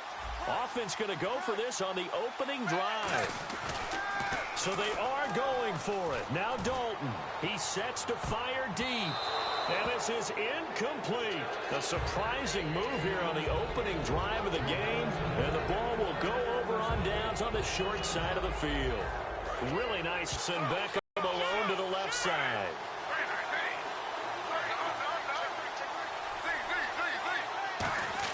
Now Griffin on first down. Steps away to his left. And he can't get rid of it. He's taken down. David Harris able to get in there and drop him for a 2-yard loss. And on that one, the protection just broke down. You've got to have that leverage, don't you? We always talk about low man wins in the running game for an offensive lineman versus a defensive lineman. It's essentially the same thing in pass protection. Get lower than that defensive lineman so that you can keep your balance and keep him away from your guy trying to throw the football. And he gets this one all the way down inside the 15, just shy of the 10. RG3 outside of the pocket. You know that's where he can be really dangerous with the feet or near the arm. And that scares defenses in a big way because his ability to break ranks and still make big throws or, as you suggested, take off and go, how do you defend that when he's on his game? Now, that's the type of play that'll fire up the defense, hold them to 1 yard on a first down run.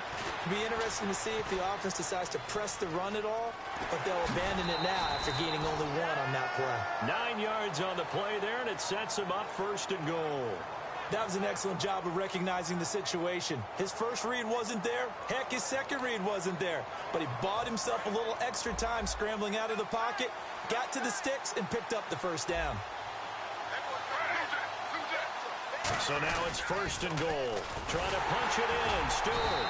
And he is going to lose yardage here. It's a loss of a yard there, and now 2nd down. There are so many times during camp and practice that you get bored as a player doing regular drills. But how about that shed and skate drill right there by the linebacker? You do it each and every day, get the blocker away, and get into the backfield and make a big-time tackle. That's what we just saw. When defenses get to the quarterback that quickly, a lot of times it's called a jailbreak. It wasn't quite that fast, but fast enough that he had no time to look downfield and set himself to throw the ball. And as he tried to do that, he was hit and it forced an incompletion. Now it's Griffin. Dance, and he will score. Touchdown, Chicago. RG3 with his 2nd touchdown in this opening quarter. And his guys have taken a first-quarter lead.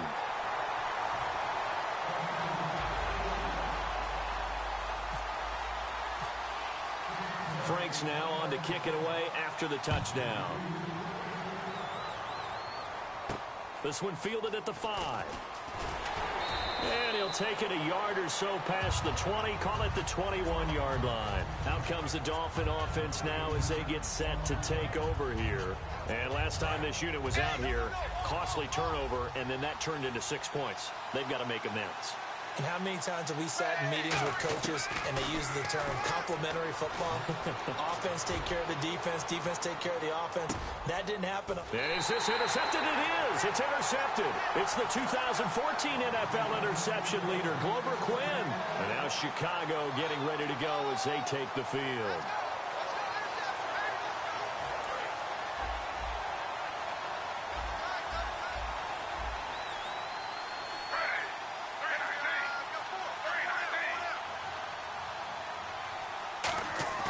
After the interception, here's Griffin. Steps away.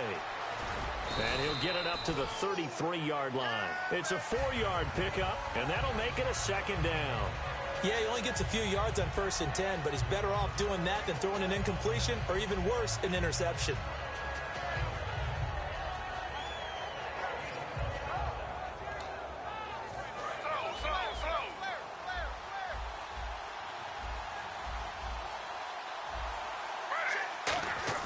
Play action. Now Griffin.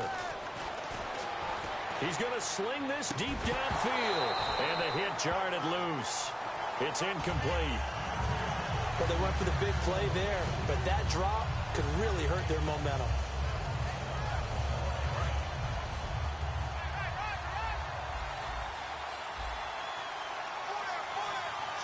Defense thinking pass. They've got the nickel set out on 3rd and 6.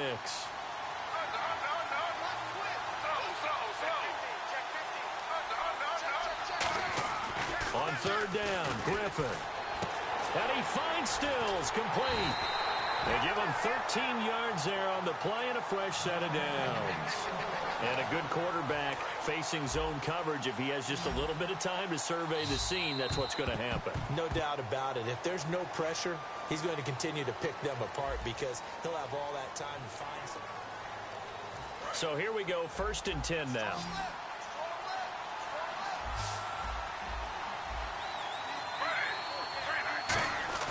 Now a play fake here on 1st down. Rolling to his left. And he's just going to throw this one out of bounds here. Nowhere to go with it. Incomplete. I hope I don't sound too rah-rah on that one, but that's the exact right throw. Either your receiver gets it or no one gets it. Give him a lot of credit for being really precise with it. Got rid of it. No one got it. Now Griffin on the left side. This is Stills. A nice pickup there of 11 yards, and it'll move the sticks. Everything about that play was beautiful. A great corner route where the receiver worked the defensive back inside and then broke back to the outside to the corner. But how about the throw by the quarterback? Anticipation on the break from inside to outside. He threw the football. As the receiver turned around, the ball greeted him. The good signal callers would never go back in the huddle and play the blame game because they need those guys to protect him. But on that last one, his offensive line, they lost their leverage very quickly, and that's why they were able to get to him and hit him as he tried to throw the football and force an incompletion. Rolling to his right. Wide open receiver complete. And he gets this one all the way down inside the 20-yard line. They talk about mobility on quarterbacks all the time. Here's where it really pays off. Able to move, evade, and is accurate throwing on the run and picking up a 1st down.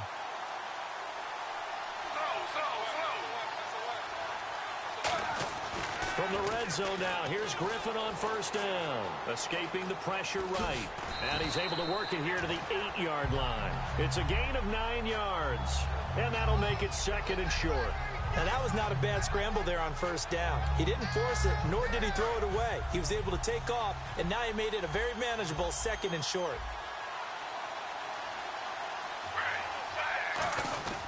They stay on the ground. This time it's Stewart. 2 yards on the pickup there, but it's enough to give him a new set of downs. Well, that was a unit that understood exactly where the 1st down marker was, handed it to their guy who could run it, created some space, and he got there. This is Stewart. And they'll get him down here at about the 5-yard line. It's a gain of a yard, and it'll set up 2nd and goal. Be interesting to see now what they do offensively down near the goal line after not much there that time.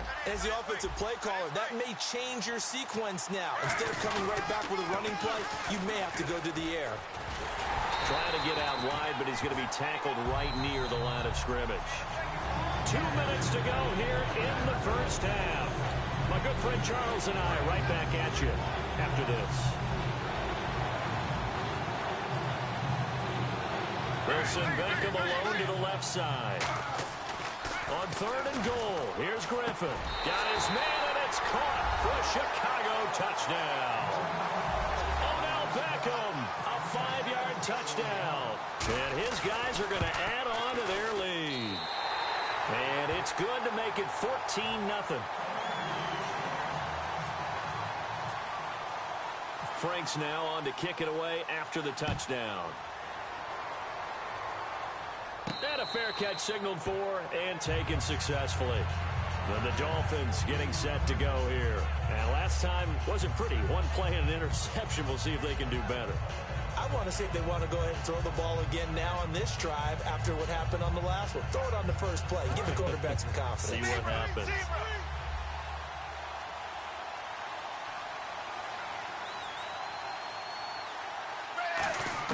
They go back to the air here after the INT. This time for Smith, and it's intercepted. Picked off by the long-time Colt Bob Sanders.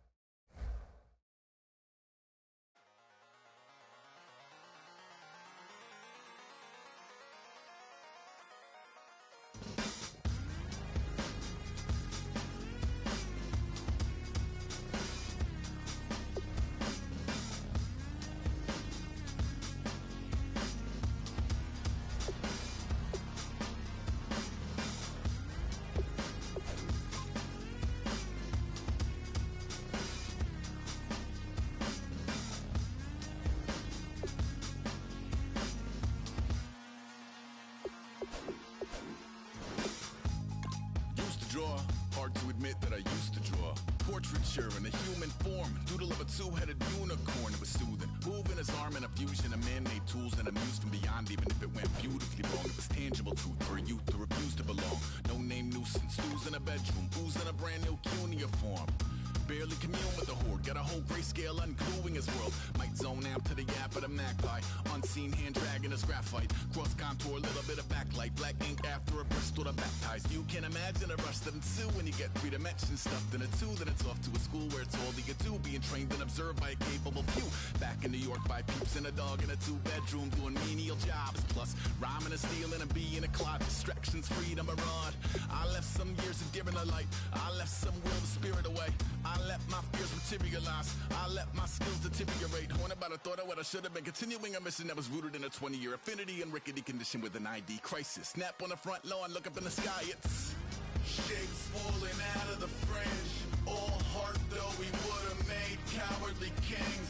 They will chop you down just to count your rings, just to count your rings, just to count your rings. And now we're colors pouring out of the fringe.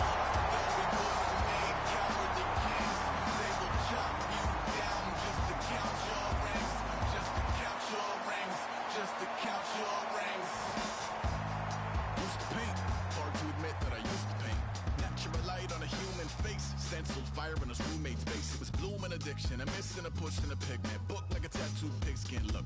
Pinhead.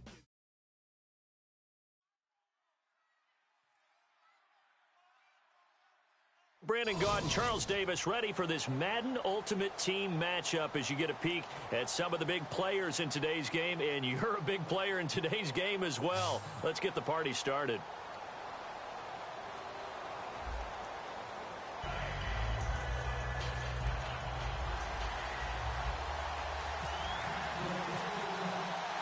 The veteran Josh Scobie about set to get us started. And off we go from Seattle. And oh, he kicked it out of bounds. That's a big penalty. And this is where the rest of the team turns and stares at the kicker and says, you have one job, execute it.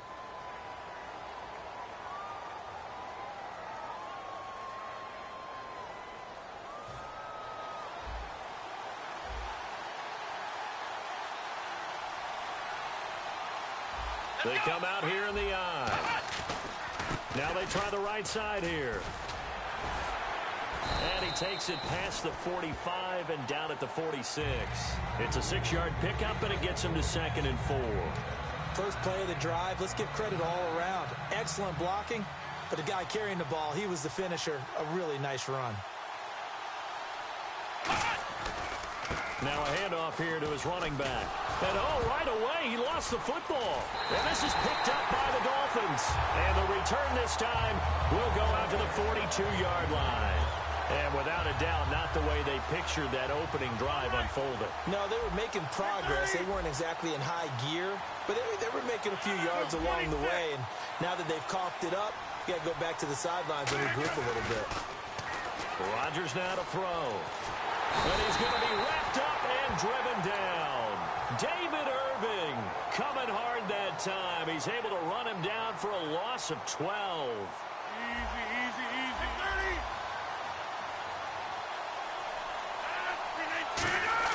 30. On second down, here's Rodgers. Trying to get it to Jackson, and it's intercepted. Picked off by the Pro Bowl safety Cam Chancellor. And his crew will take over at their own 45-yard line. So out now comes the offense back onto the field. And a fumble last time. Ball security. Talk about it all the time in the National Football League. They've got to be better at it on this drive. Don't you think that when every team gets together for the first time, I don't care if it's OTAs, mini camps, first day of camp in the regular season, ball security comes up about, what, the second sentence of the coach's address? And there's so many drills focus on that. All the time, and they do drills to make it even tougher to simulate game situations. Doesn't always work out, though. So a big carry there, maybe trying to atone for that fumble he had earlier in this one. Yeah, I know every coach always tells you, shake it off, let it go. You know it's in your head. You want to make up for it, and he did exactly that on that play. Red zone opportunity. They come out here in the eye. The first carry for Patrick DeMarco. And he'll take this one inside the 10, down to the 8. A gain of 3, second down. A good solid game there on first down, but the defense has to be happy they didn't let it pop for anything bigger.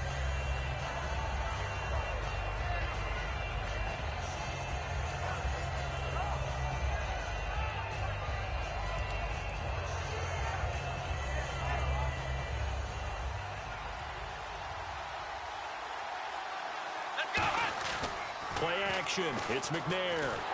And he's going to be dropped. Back at the 15-yard line.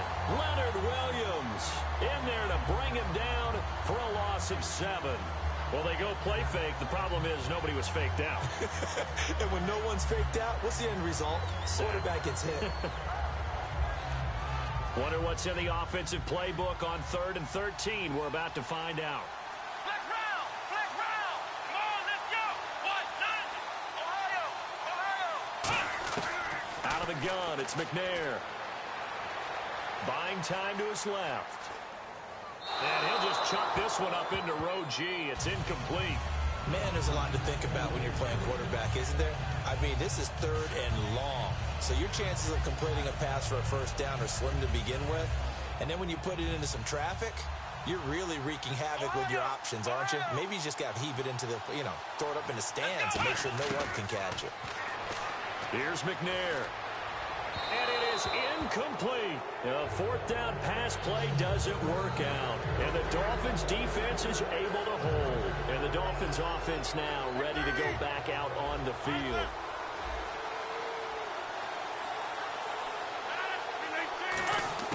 Trying to shake off the interception from the last drive. He'll look to throw. And on the left side, he's got Witten. A good pickup there. 8 yards on the first down completion. And that's the kind of pass that adds up over time, Brandon. You may not have picked up a first down there, but if you keep chipping away at it, eventually big plays may result. Rodgers to throw on second down. A hit as he throws there, incomplete. The target that time was Vincent Jackson, and it's 3rd and short. And they're just a couple of yards shy of a first down here on 3rd down. It's always tough trying to keep your guy upright when he's trying to throw the football. When you're dealing with those big, bad guys on the defensive front, it's even tougher. And this time, those guys on the opposite side won the battle, getting to the quarterback and knocking him into an incompletion.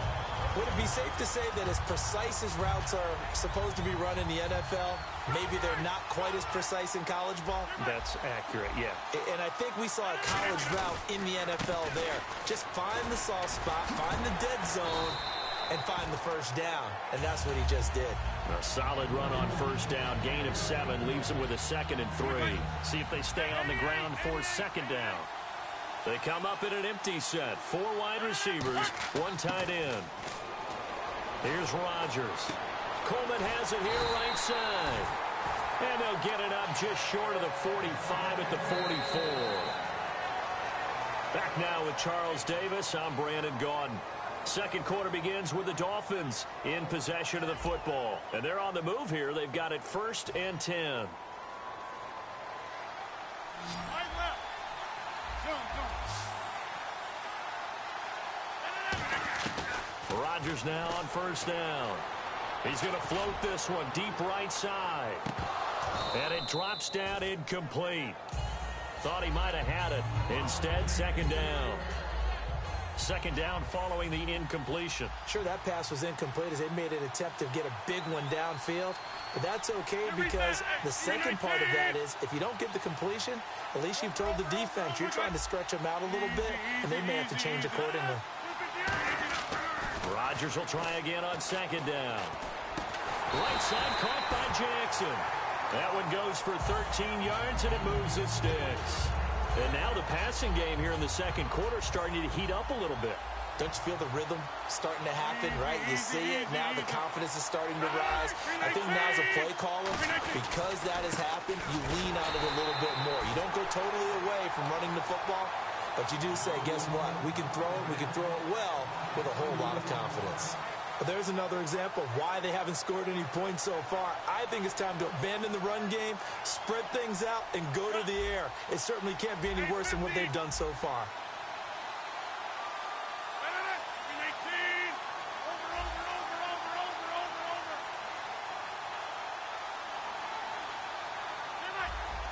Time running out here on the play clock. Now Rodgers. He's got time. Going up top. Oh, he almost had it for the pick. A great chance there for the interception in the end zone. Instead, third down. A missed opportunity for an interception would have killed off a drive. They had a chance there to finish things off. Didn't get it done. I guess that's why a lot of those guys do not play offense. So a second down incompletion now brings up third down. One receiver to the left is Cooper.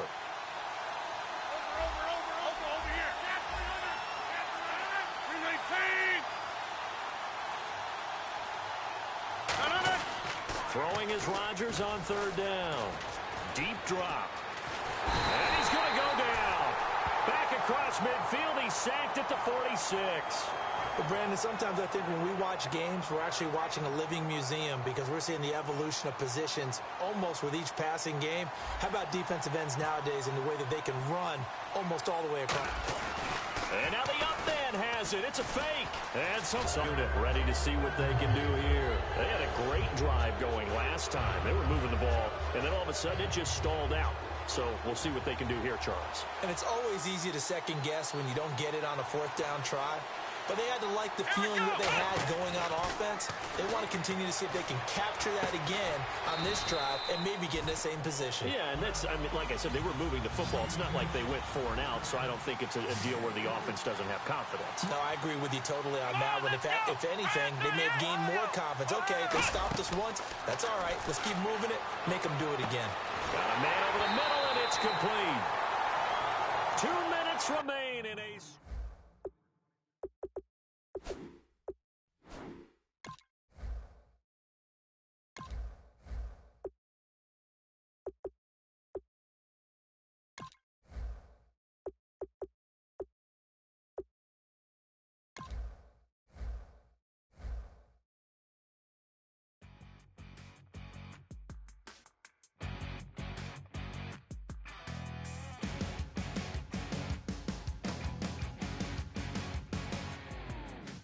Crack it dawn, Monday morning coffee, strong pouring everything you got into a paycheck Friday night.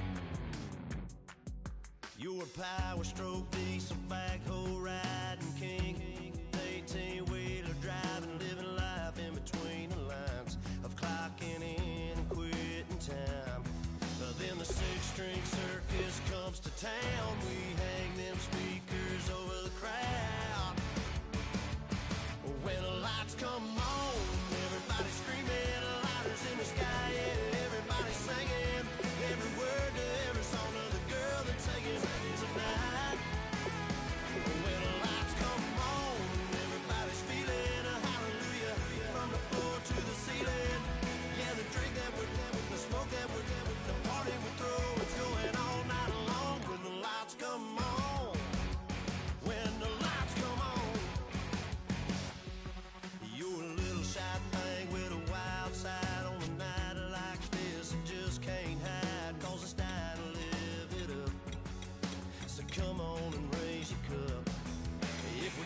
about memories, yeah, we're gonna make them. Talking about rules, you know we're gonna break them. When the lights come on, everybody screaming, lighters in the sky, yeah, everybody singing. Every word to every song to the girl that's singing tonight. When the lights come on, everybody's feeling a hallelujah. From the floor to the ceiling, yeah, the drink that we're, the smoke that we're, the party we're through, it's going all night long. When the lights come on, when the lights come on.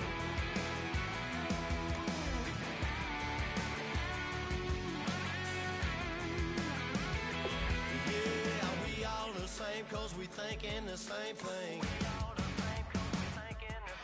We on the same page cause we sipping the same drink. Now here's a little something to thank y'all for showing up. Al Dean and the boys are about to blow it up. When the lights come on, everybody screaming, lighters in the sky, everybody singing. Every word to every song to the girl that's singing tonight. When the lights come on, everybody's feeling a hallelujah.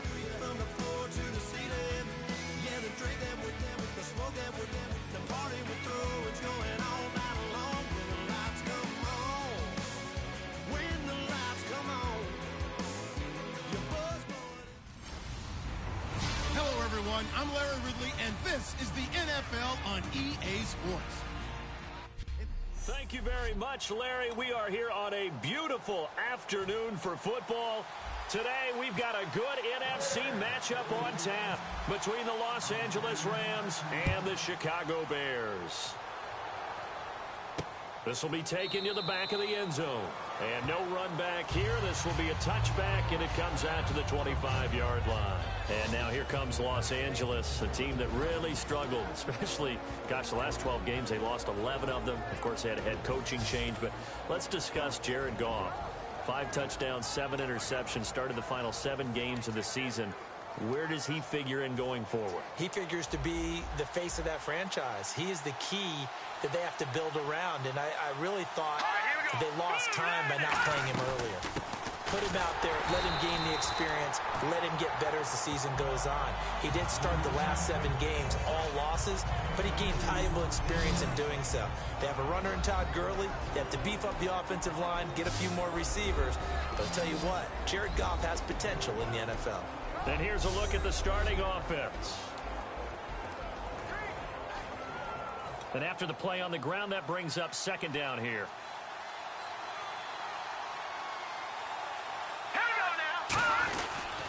Now the first carry here for Todd Gurley. And able to stay on his feet past the 30 to about the 33-yard line. And that looked like some pretty easy yardage there right up the gut. And he's a guy that has some height to him. So when you don't have to drop a shoulder or create or get through contact or trash, makes it a lot easier to stay upright, see the field, and make a run as we just saw there. They'll run it now out of the gun. And he'll be limited to a short gain up to about the 34-yard line. Only a yard on the pickup there, and it's going to leave them with a 4th down. So the Rams call on Johnny Hekker here to punt it away on 4th down. And, partner, when you run the ball on 3rd and 2, you're telling the whole world you've got nothing but confidence in your offensive line and your runner, and you expect to get it. But they were stuffed on that play, only got 1 yard. Great job by the defensive front, the linebackers, everyone got involved and forced a 4th down. Well, he wasn't too far from breaking that. Officially given 15. And now here come the Bears. A rough season for Chicago, 3-13. You see Matt Barkley made his first 6 starts of his NFL career this season when Chicago needed a quarterback, and he stepped up. Unfortunately, just not the year that Chicago was hoping for. No, not at all. But for Matt Barkley, if he takes the wins and losses out of it, it was a year that he could only hope to have, because I'm not sure he expected to get this type of an opportunity. But I thought he did an excellent job with it. And in a year where I think the NFL draft may not solve very many teams' quarterback issues, Matt Barkley would be a name to watch in the offseason. He's made himself viable for the league to look at. We see this offense, and we see Jeremy Langford, certainly a guy to watch in this game. He plays a game with great determination, Brandon. In college, he played multiple positions before settling in at running back. He made the right choice. So they complete the pass, and now they face a 2nd down.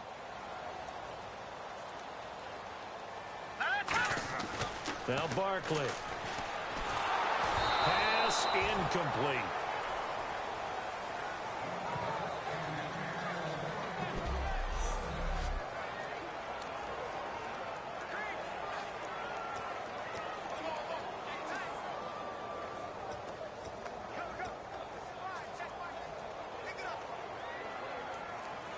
And the offense facing a 3rd and 6.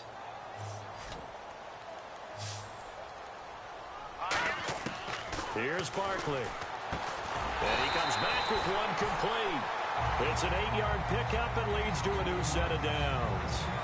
In today's football, where receivers break tackles, make people miss, get upfield for the extra yardage, when you see a play like that where it's caught and he's dropped on the spot, that's a big-time play by the defense.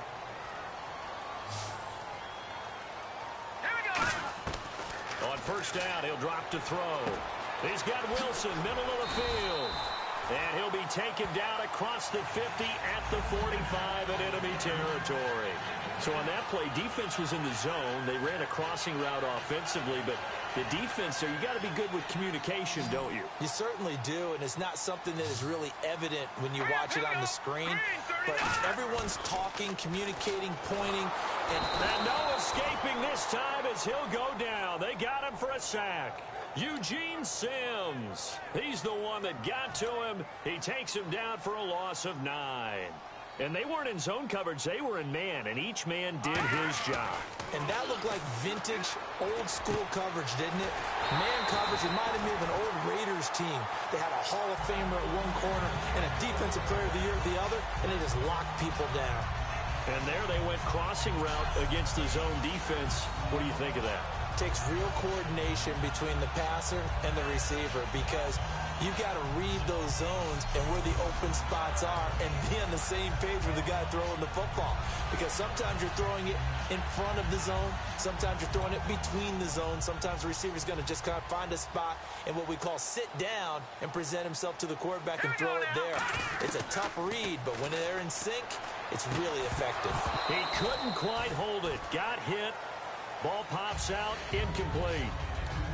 Looked like they had an opportunity for a big play across the middle, but he didn't have the concentration or the focus necessary and dropped it before he could haul it in. Now he'll look to throw here on 2nd and 10. And this time he's got the hook up. It's complete. And a nice gain of 21 yards.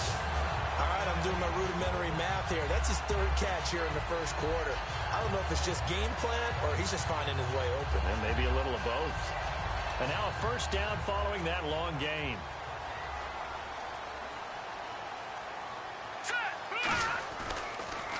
Here's carry number 1 for Jordan Howard. Give him 3 on first down. It'll set up a 2nd and 7. Well, so many times we look at a short run and we praise the offense for trying to set the tempo and establish things, but the defensive guys, hey, they just won the battle there. It wasn't a big run given up. They don't always have to absorb the body blows. Sometimes they dish them out themselves. 3 yards on the pickup. That's going to set up an interesting 3rd and about 4 to go. Some of the most unselfish players on any football team, defensive tackles, because we ask them to just eat up blocks and allow other people to make tackles. But when he can make a play himself, as we just saw there, that's a big day. And this will probably be the last play of the quarter.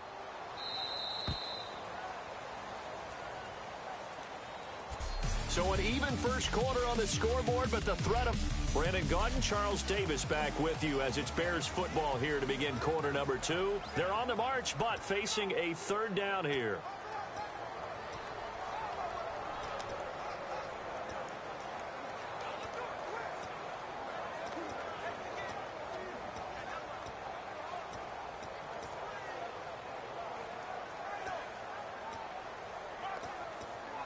And this seemingly endless drive continues. Back to throw. And this is caught for a touchdown. Now hold everything here. Flag in the backfield.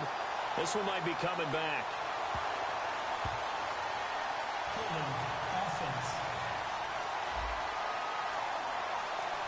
So holding by the offense and maybe now got to shift up what you want to do on the playbook. Yeah, definitely. Change what you're doing in the playbook, but boy, the advantage shifts to the guys on defense, doesn't it?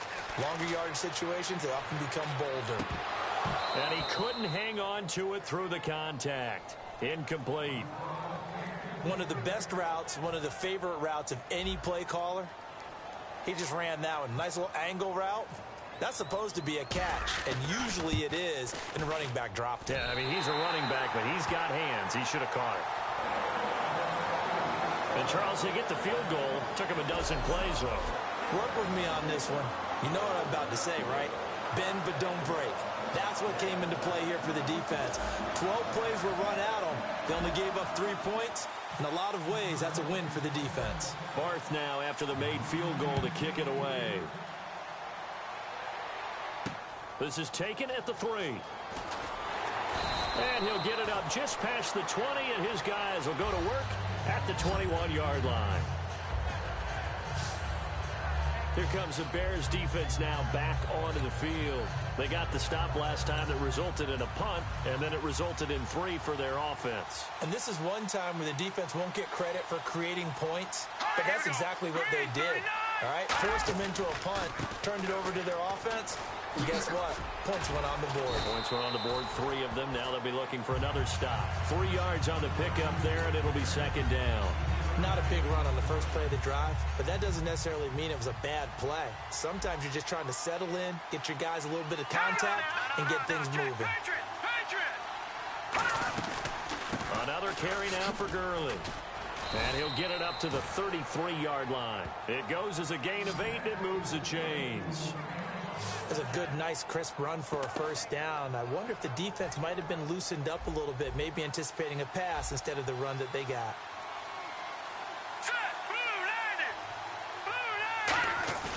Now a play fake here on first down.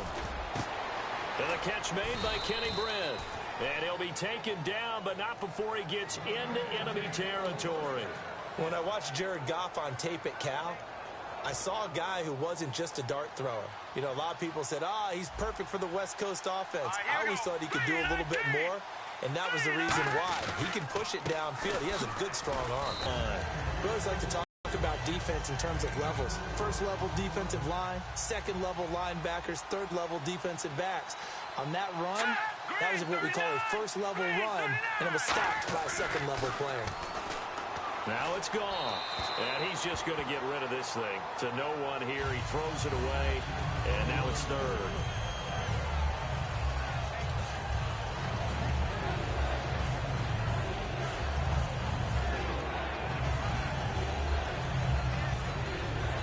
And the line to gain here is the 37 on third down.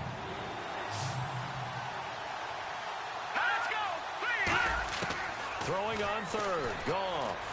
And he'll just toss it away. So he throws it away, and that brings up fourth down. And not to get too overcritical there because he knows what he's doing, but his shoulders looked a little off kilter there when he threw that. I don't think you're being overly critical there. You're just analyzing it, and he gets those shoulders right. That pass will go from incomplete to complete. And he'll get this away into the icy winter air. And they won't risk defending a return here. That one's out of bounds, and it'll be spotted at the 14-yard line. The Bears offense now getting ready to take over. And they had a long drive last time, but they had to settle for a field goal, and I'm sure that's how it felt to them, settling. They probably should have gotten in the end zone. Yeah, not out-and-out joy, right? Because that's what you get when you put the ball in the end zone. But there are benefits to that type of a long drive. Your defense gets a chance to take a break, adjust. And he fires one that's intercepted. Picked off by Trumaine Johnson. And they're going to be set up in the red zone right around the 17-yard line. Charles, when plays like that work, it's a thing to behold, but sometimes we see why they're very deep in the playbook. And how many times have we been at practice and heard all the other guys chirping about, I used to play quarterback in high school, I can do this, until it becomes a game situation. Not quite the same in many cases. Well, in that play, the expression, don't blink, you might miss something, certainly applied. That was fast. Defense diagnosed the play, and it was over in a heartbeat.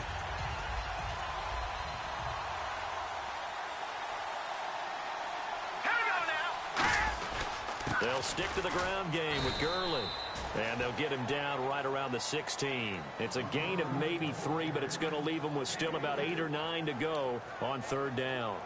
I do know from experience that when you slow down someone's running game, you're now doing the dictating on defense. And guess what? Now you're getting ready to tee off on their quarterback because they have to throw it all the time. But you still have to be alert for the draws and other plays of that nature to make sure you don't get hurt. And this is going to be incomplete. A minute 59 to go in the first half. We're back to Soldier Field following this short break.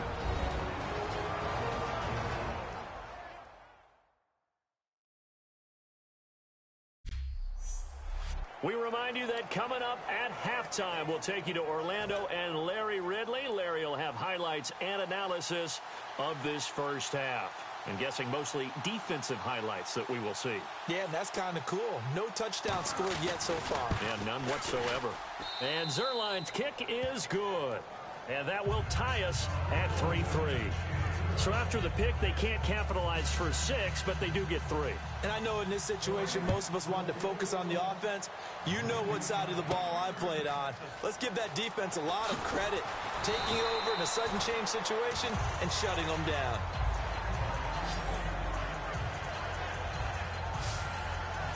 The Bears offense now heading back out onto the field. Let's go. Blue Lightning. They go back to the air here after the INT on the last drive. Well, before the broadcast, we were doing our tour around the playoffs and looking at different games. And Seattle and Detroit, we stopped on that one for a second. That should be an interesting matchup to watch. It should be, and history all against Detroit. They've had one playoff win since 1957, and that was against Dallas the year they went to the NFC Championship game in 1991. Seattle, on the other hand, we know they are tried and true and tested. A couple of Super Bowl appearances, especially playing at home. The X factor there, Cliff Averill, Michael Bennett, pass rush, because I don't think Detroit can run the ball against Seattle. And Detroit looking to play better. They've lost 3 straight. Offense trying to avoid stalling out, facing a 3rd and 10. They come out here in the eye. Now Barkley. He's just going to dump this one off to his fullback out of the backfield. And he's able to get it to the 33. Good enough for a first down. And they pick up a first down, and that came... Now hold everything here. We're going to get a timeout by the offense. It's just their first, so they'll have 2 remaining here before we get to halftime.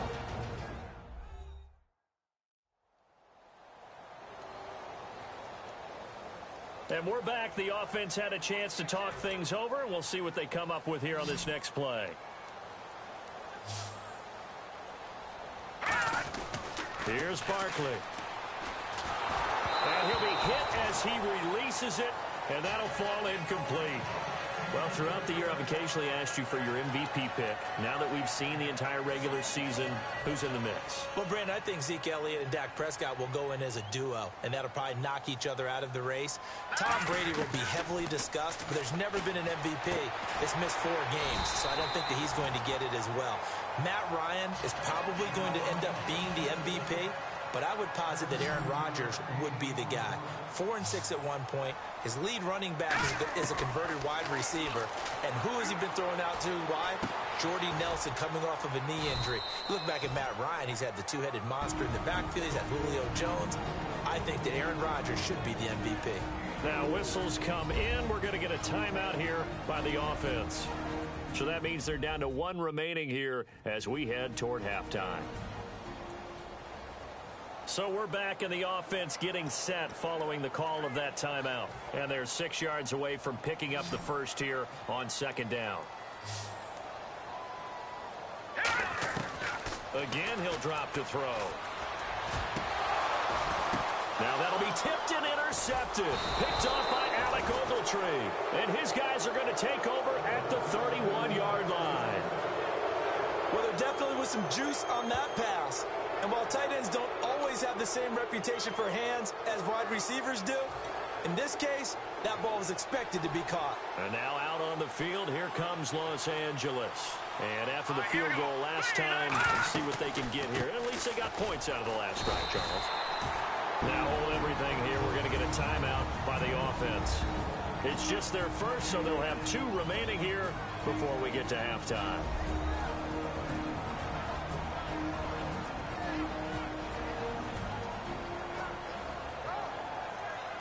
So the offensive unit called the TO, and now we are ready to resume play.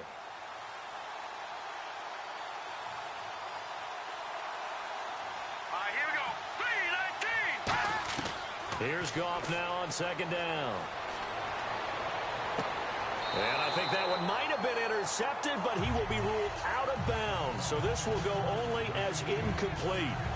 All right, Charles, as a former defensive back, how disheartening to actually catch it, but just not be able to stay in bounds there defensively. Well, extremely, because you know the rap against us defenders is that we're frustrated offensive guys who can't catch. And he caught it. Just couldn't get his feet down in bounds. It's that second part that finished off the play for him. And too much juice. It'll be out of bounds, incomplete. Well, no second guessing the call here. It was 3rd and long, so throwing the football was probably the smart play to try and pick it up. But they don't get it, and now the defense goes off the field feeling pretty good about themselves, gaining some momentum as they force them into a likely punting situation.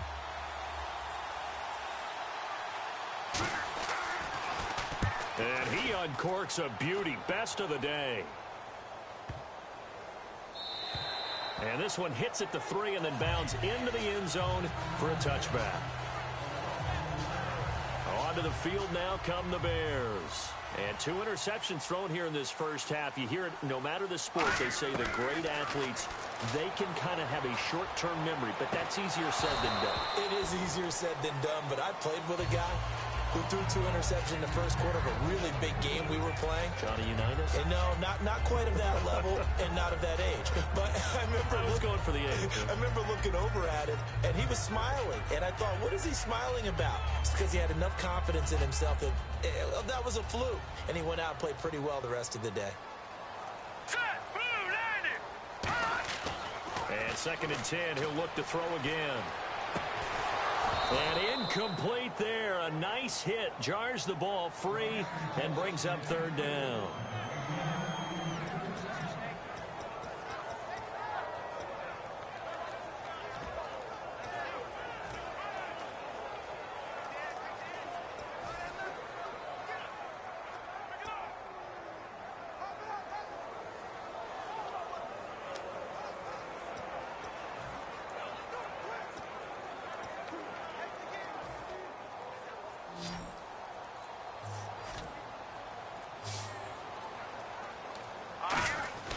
On 3rd down, he'll drop to throw. And he will find his big tight end over the middle. 17 yards on the pickup there and also a 1st down. Now whistles come in. We're going to get a timeout here by the offense. And with halftime on the horizon, they'll be out of timeouts from here forward. 1st down and 10 now for the offensive group. They isolate Jeffrey to the left side. They go play action here on 1st down. He's going to... Oh, this is taken in. It's complete. And they get 28 yards on that one. And it'll be 1st down Bears. And you see the clock almost empty, so this is likely the last play in the 2nd quarter. So we've reached halftime in a low-scoring affair, just a pair of field goals. 3-3 is our score. As we'll send you down to Orlando as we check in with Larry Ridley and our EA Sports Halftime Report. Larry? Thanks, Brandon. I'm Larry Ridley, and welcome to our EA Halftime Report. Let's look back now at this closely contested first half. Both the Bears and the Rams are in a defensive battle right now. The scoring is at a minimum, so both teams have to feel like if they can put some drives together, that they'll come away with a win.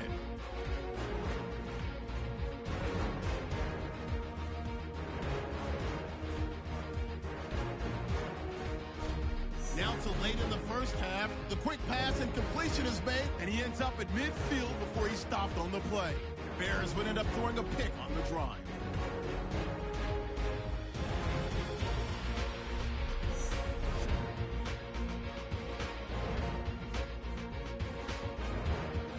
So that'll do it from our EA Sports Studios. Now let's get back up to Chicago as we rejoin Brandon and Charles.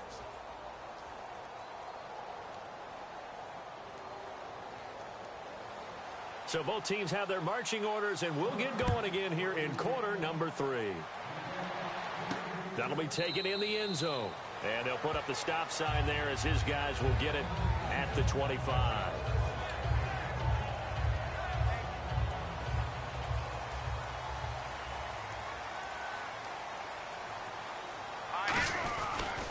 They'll begin the drive with Howard.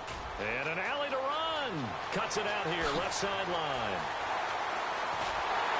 And he makes it all the way down to the 19. A huge play there for Chicago. 56 yards. Now, this game's ripe for the taking, and that run, I think it means he wants to take it. Not only does he want to take it, he doesn't care what they're going to do on the defensive side of the ball. You can be prepared for him. He's coming at you anyway. On first, they go right back to Howard. And they'll get him down right around the 16.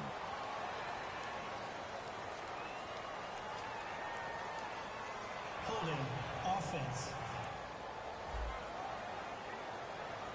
So a little grabbing there, but this time it goes against the offense for holding.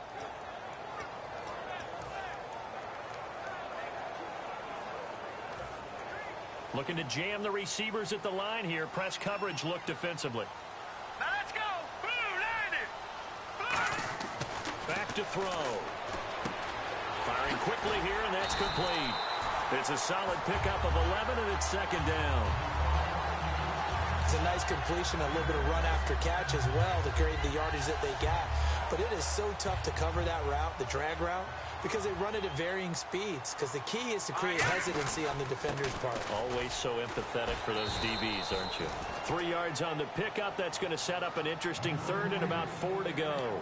Partner, we know today's NFL is really built around the guy throwing the football.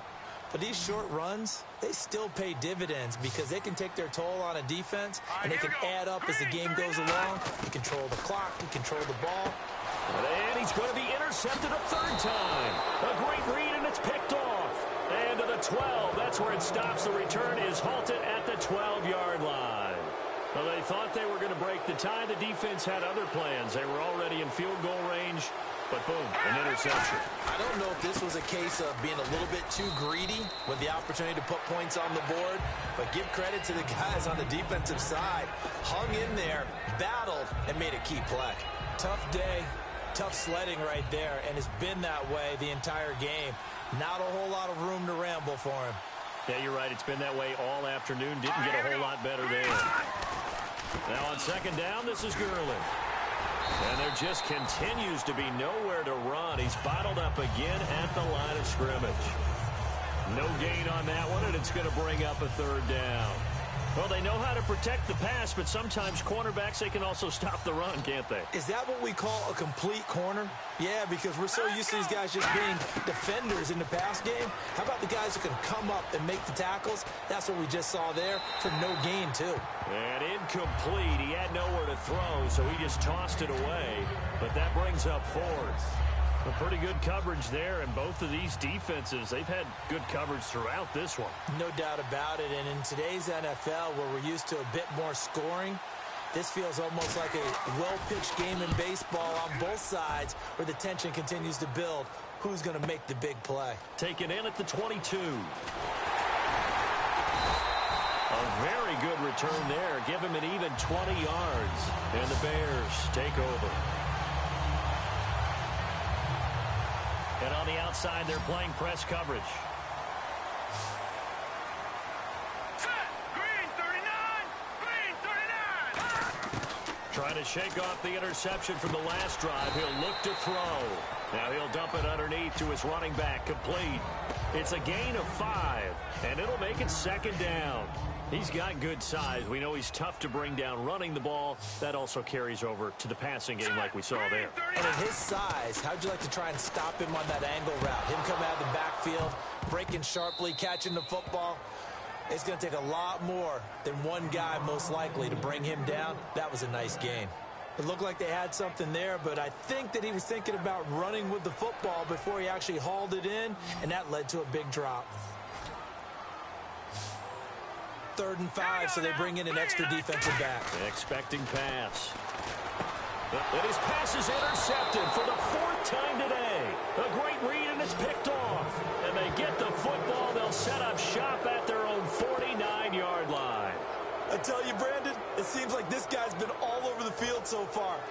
second interception of the game.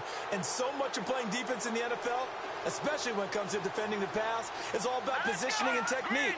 And this is fantastic work on both fronts there. Now Goff. He was looking to get it to Kenny Britt that time. That'll bring up second down. Well, that pass was inaccurate, so that leads me to bring up our Super Bowl predictions and find out just how accurate they were. Yours were okay. Well, it was pretty easy for me. I went out there with some established teams. I went with Green Bay and New England, so I'm still alive in the playoffs. You had Carolina and Pittsburgh? I did. Now, Pittsburgh obviously has a chance. Carolina does not have a chance. Well, listen, you're my partner. Let's just be honest about the whole thing. Did anyone see Carolina having this type of a season? No, I thought you were going to say you're my partner, and that's why you do play-by-play and not the analysis. I was going to say you're exactly right. No, we split this bad boy 50-50, my man. No, Carolina, that was really a surprise to have the season that they did. And he will have a first down as they get him to the ground at the 37. Everyone understood their role on that play. 3rd and 1.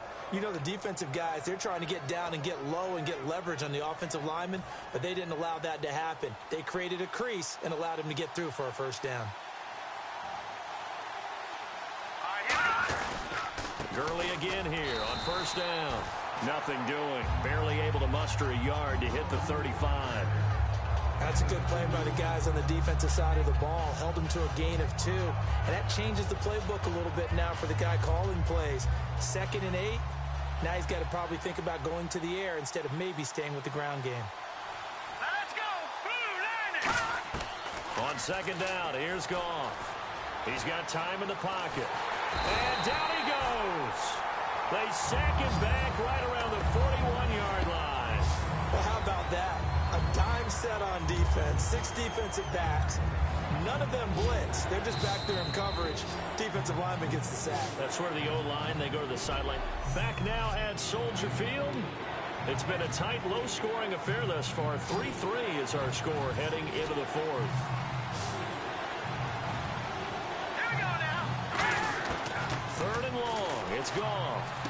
And that's caught. Did he stay in bounds, though? He did not. Ruled incomplete.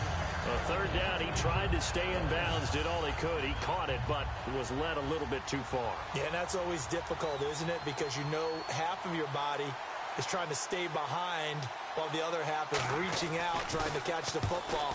The top half worked. It was the bottom half that was in question. And this one's out of bounds. Should be inside the 10, I think it is. At the 6-yard line. The Rams defense, we watch them get set to go. And they forced 4 turnovers now in that last possession, most recently the interception. I'd love to be in charge of their highlight video at the end of the season, though, because this game, you could cut it into one sequence. Take away, take away, take away, take away. And everyone goes home happy. They go back to the air here after the INT. Quick hitter here, it's complete. They'll give him 8 on the play, and it'll be 2nd down. In recent years, the slot receivers really gained stature in the NFL because they can do so many things. Yes, they can line up wide like your normal wide receiver, but they have that kind of courage and toughness to run routes in the middle of the field. Now a loose football. The ball comes out. And the defense not able to get it. From a defensive perspective, what's that moment like when you realize the ball is loose? It is a moment where all concentration goes right to the football. This is something you've talked about in all your preparation for the game. And you probably talked about this training camp. Knock the ball free, take it away from the other team, and now you have that chance. It's a little bit of deflation when they end up recovering it. They knocked it free, but couldn't take it away. Well, an incomplete pass certainly doesn't look like a good play. For the guy throwing it today, as many interceptions he's thrown, he's got to feel a sigh of relief that the ball actually hit the ground and didn't go in the other direction. They give him 14 yards that time and a fresh set of downs. And on this challenge, the refs have to take... After review of the play, the ruling on the field stands. Well, he challenged the play. It did not pay off. And that means he lost a timeout in that challenge. And as a coach, you hate that. Don't know if you took the advice of the player, you threw it yourself, but it didn't go your way. At the end of the day, it all comes back to the head coach. He has the final determination on whether to actually challenge the play or not. In this case, it didn't pay off for him. And that's got to be so heartbreaking. You throw that flag, you probably feel really confident, and then all of a sudden, boom, you lose the challenge. Yeah, when you take a look at it, you're throwing that flag because you believe you're going to be right. And when it comes back the other way, you have to regroup. Give him 12 yards on that one. It earns him a fresh set of downs. We always talk about having to read defenses and how complicated that is. Well, this was an excellent read. Read the pressure and got rid of the football before it even got to him for a nice game. And when they're blitzing like that, running back usually a good spot to go with a football? Without a doubt, because he's right in your sight line or he's near you. So you're able to just get it to him easily. And once he gets in space, that's usually a good matchup for him. That time they hit him out of the slot on the drag. And that route takes some fortitude from the guy running it because he knows he's going through the briar patch, as I like to call it, right? He's trying to work his way through all that traffic and people wanting to put a little contact on it. Really well done. And he'll be brought down at the 27-yard line. 8 yards on the pickup there, and it moves the sticks. Not too many more ideal situations at 2nd and 2 in order to try and pick up a first down. They ran it and picked it up. And the 8th play on this drive coming up.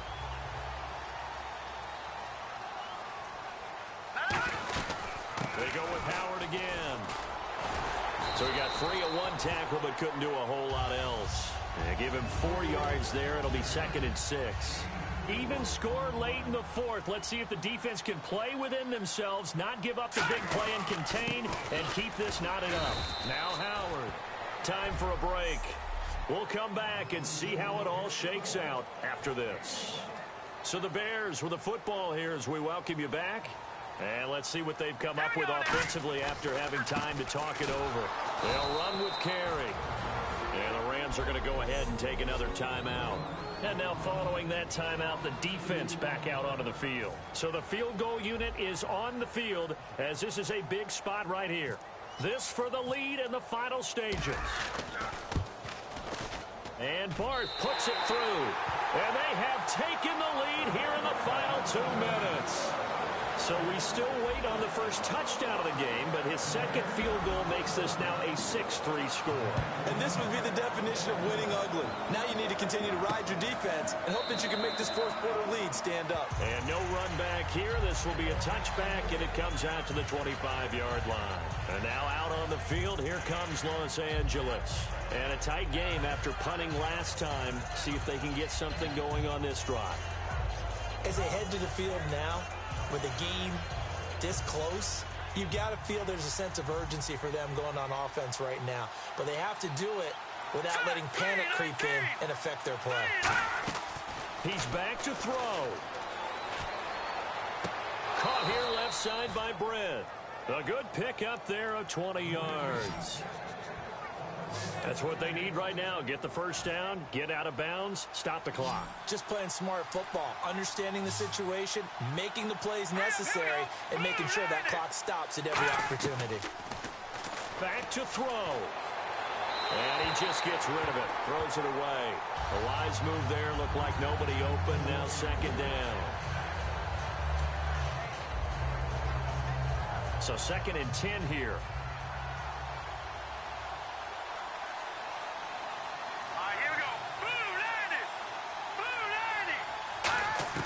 They'll look to throw.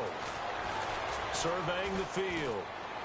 Looking right sideline, but it's incomplete. The intended receiver, Tavon Austin, and it's 3rd down.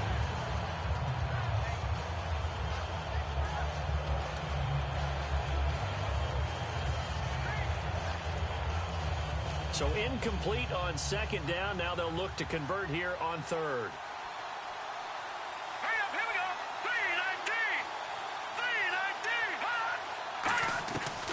To throw. Got a man. It's his tight end, Lance Kendricks. And he eventually goes down, but not before reaching the 30-yard line. They're going to hurry back to the line now. He'll look to throw. Oh, he's got a man wide open, complete. A good pickup there at 22.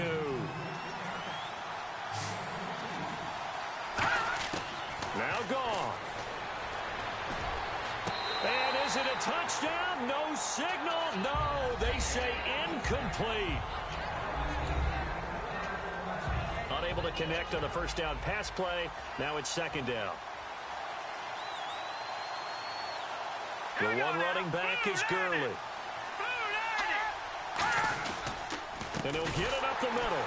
And they'll be driven back here, losing yardage to the 10-yard line. He lost 2 there, and it's third down. Looking to speed things up here, going with some tempo. Back to throw, Goff. And he is caught at the 7-yard line. It'll be a gain of 8, but it'll also lead to a fourth down. Well, you know me pretty well now. You know what I want to do after that completed pass. Fourth down, down by 3. What do I want to do here? You want to go for it. You might be tempted. I think they need to kick it. Yeah, someone might have to overrule me. Get the kicker out there, tie this game up. And this one is right through. And they will tie this game here in the final seconds. So a money kick there in the final seconds. And now, barring any hijinks on the kickoff here, partner, I think you and I, we're going to settle in for a little overtime. And I wouldn't have it any other way. This has been a dogfight all through regulation. No reason to think it won't continue in the extra period. And he's up across. Now hold everything here. We're going to get a timeout by the offense. And as the two teams talk it over on their respective sidelines, we take a break.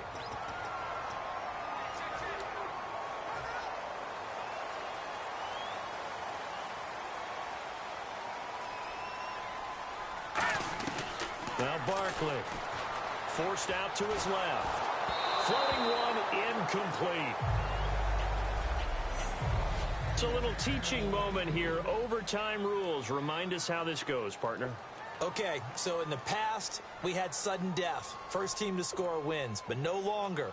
Now, if the team receives the ball, scores a touchdown, they win the game. If they kick a field goal, though, or don't score, the other team gets a possession.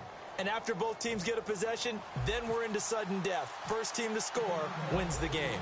Nothing between these two teams for 4 quarters. Here we go to begin overtime. This will be taken to the back of the end zone.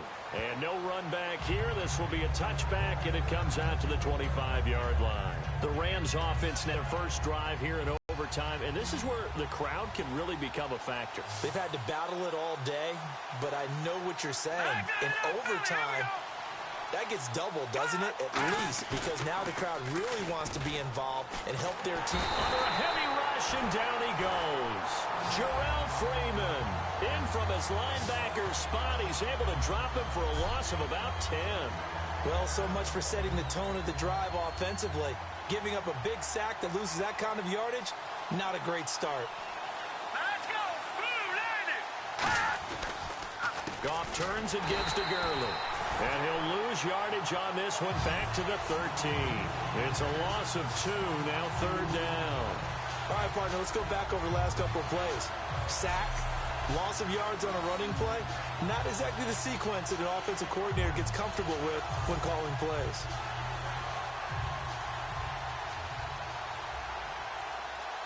The Bears have put an extra defender in the secondary on third down. Yep, they're in the nickel. First throw in overtime for Goff. And he'll just toss it away. So he throws it away, and that brings up fourth down. Partner, how many times have you heard it? Pressure creates diamonds, right? But it also bursts pipes. And on that one, that's what they got. They got after him, and he was fortunate just to get rid of it. Yeah, he just had to chuck it away. He's averaging just under 50 yards a punt as he gets this away. He'll take it a few steps in front of the 50. Give him 11 yards that time on the return. And it'll be a short field for the Bears as they take over first and 10. And now the Bears coming out as they get ready. Their defense did its job, got the stop. All they need is 3, and this is over. Couldn't have done much else other than score themselves and end it.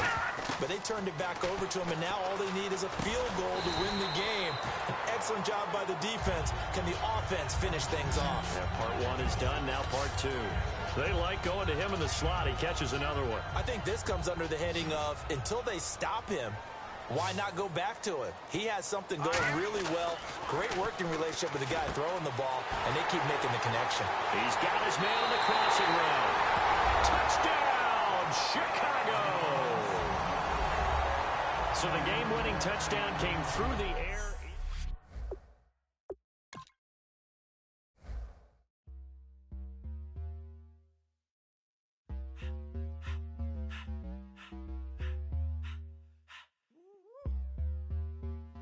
All up in my face, you're not from the clique. Give me space, we might rob it. Most say that, baby, they don't love the clique. Look, they love you when you make it. This some mother. Yeah, this some mother. Friends and business don't mix, so I'm brotherless. Tryna get back close, hit them with the stiff. Gears I shift, make sure they feel the drift. Just cop the Benz, oh, with the team. You should know, cause in every song I said, yeah, in every song I said, I'm just proud of my accomplishments. I'm a 400, I don't care at all. Have a head, no, heard you talking about I'm real, I'm fraud. Your kids and broad, they straight, you shouldn't care at all. Please tell me why you always leave. Why you wait? Please tell me why you always leave. Please tell me why you always leave. Why you wait? Please tell me why you always leave. Please tell me why you always leave. Why you wait? Please tell me why you always leave. Please tell me why you always leave. Why you wait? Please tell me why you always leave. Yeah, 104 times how it go down. Slaps on deck for the whole town. On mamas, man, I did it with my own sound. And I got my own city that I hold down. Just admit it already. You got plans to do it, boy, we did it already. Got a couple DMs, I done slid in already. Gotta ask YG if he hit it already. Yeah, I'm a star like Moesha's. Running up the numbers like Aisha's. Yeah, I be sliding, I be creeping. Girls these days, they just don't know how to keep it. But I got it all handled. They try to box me in, I got my own angles. Yeah, I'ma spend a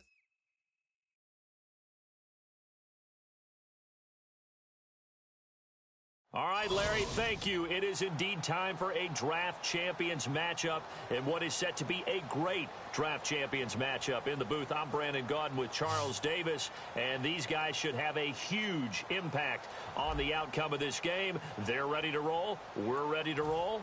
Let's roll. The kickoff team on the field now as they will send this one away. And a short kick, taking it about the 16. And they're going to start this drive in pretty good shape as they get it up past the 30.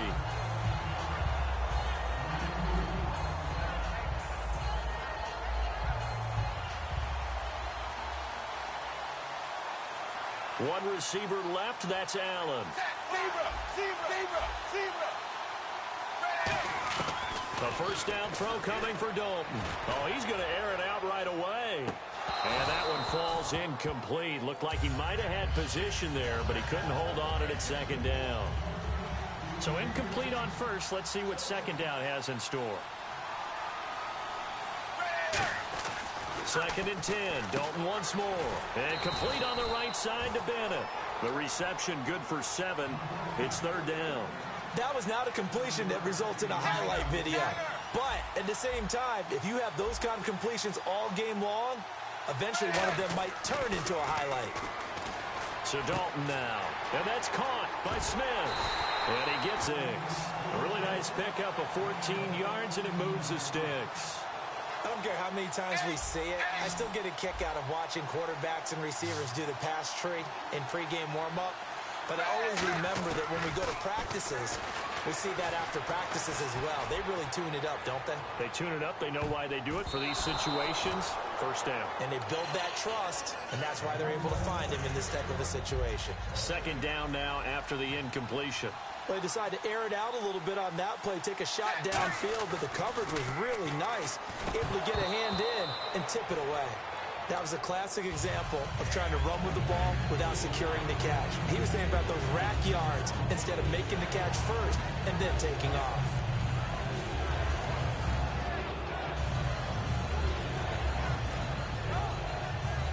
Third down here for the offense after the incomplete pass.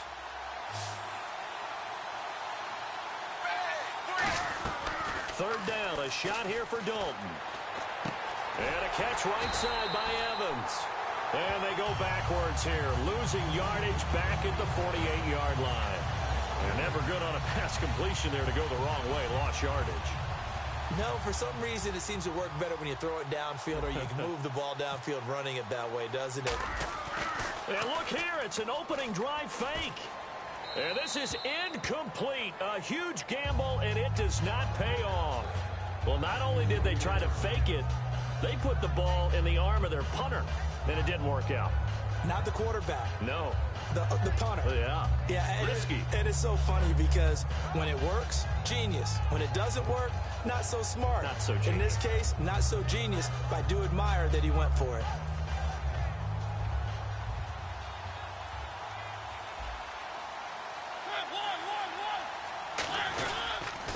A first carry now for Ricky Williams. And he's going to be stopped here on this first play as he gets it to the line of scrimmage and no more. Zach Kerr, the big defensive tackle, the one to get him down.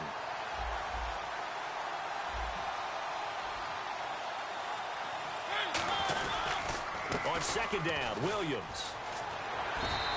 A good gain of 14 there, and it moves the chains.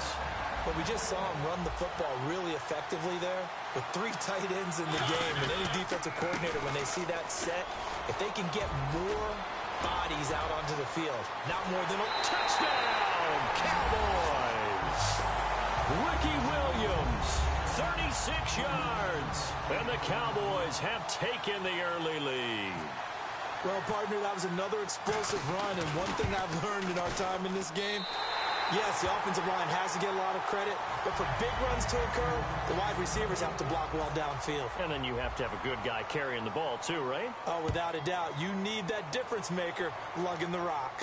This fielded a few yards into the end zone.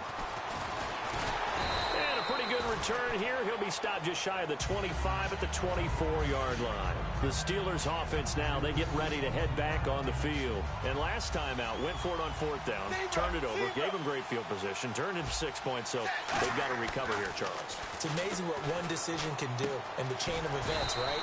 The decision to go for it on fourth down caused all of that. It caused every bit of it, but it showed confidence. Hey, I've got confidence in you guys. Go pick it up for them. Didn't happen. Also showed confidence in the defense. They didn't pick up their end of the bargain, so now they've got to come back out and start over and rebuild that confidence. It's complete to the tight end, Bennett.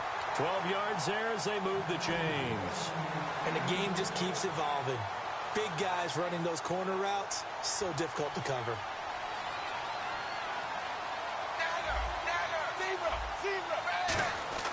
Now Dalton with a 1st and 10. And no escaping this time as he'll go down. They got him for a sack. Rashid Hagman in there to sack him for a loss of 6.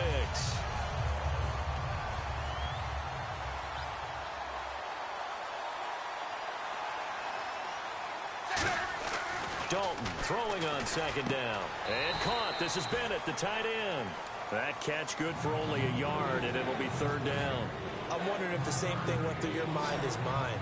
When I see a big man like that make a catch, all I keep thinking to myself is, big man with football. Work out, everyone. He may not juke you a whole lot, right? He may not run past you because of his size. You're talking about a guy weighing in the 270 range. But, boy, once he gets his mitts on the ball, he's going to be tough to bring down.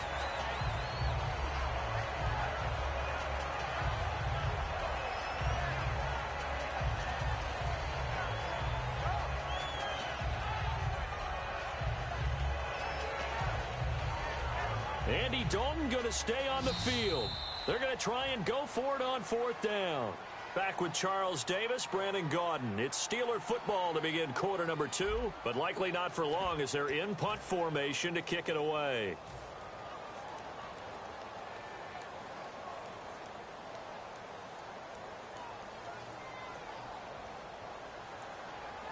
And they're going to at least line up to go for it here on 4th down.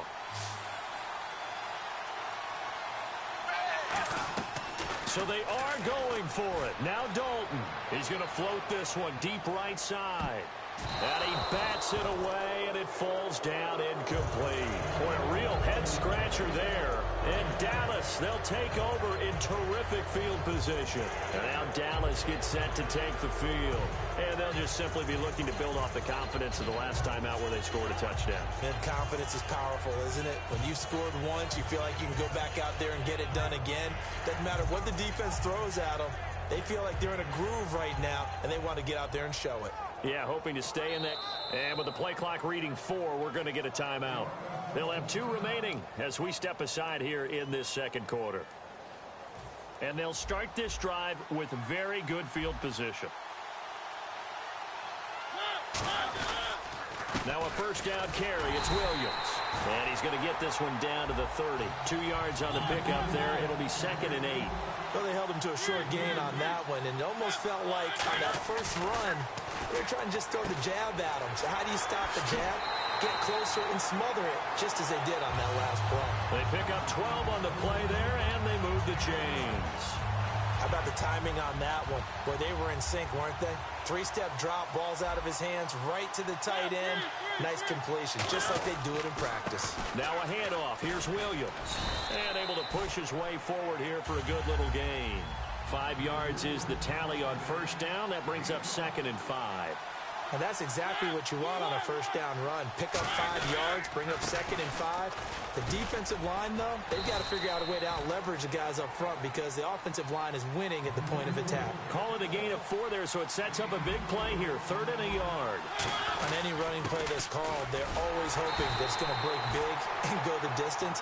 But when you get a nice game like that, you're able to do so many things anyway. You can come back and run essentially the same play again, continue to move the ball on the ground, or you can decide to throw the ball now because usually you have the defense back on its heels. They come out with 1 back and 3 tight ends. The first carry here for Jaquiz Rogers. And he'll work his way closer to the goal line as he's got 5 down to the 3. When you look at the geography we're staring at, this part of the field, don't you always think of big backs carrying the football, bruisers trying to pound it in? Instead, they look a little more of a scat back type, and he's trying to make it happen. Yeah, they went with the elusive, slippery guy. Couldn't get in there, though.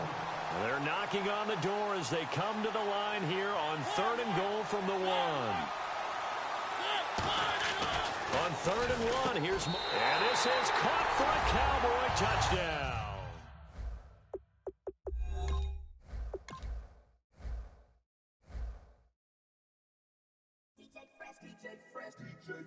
Now I've been in New York, Texas, Midwest, and it all reminds me of California, cause there's no place like California. California, A-A-T-L-M-I-A-D-M-V, all reminds me of California, cause there's no place like California. California, Midwest, and it all reminds me of California. No place like California, California,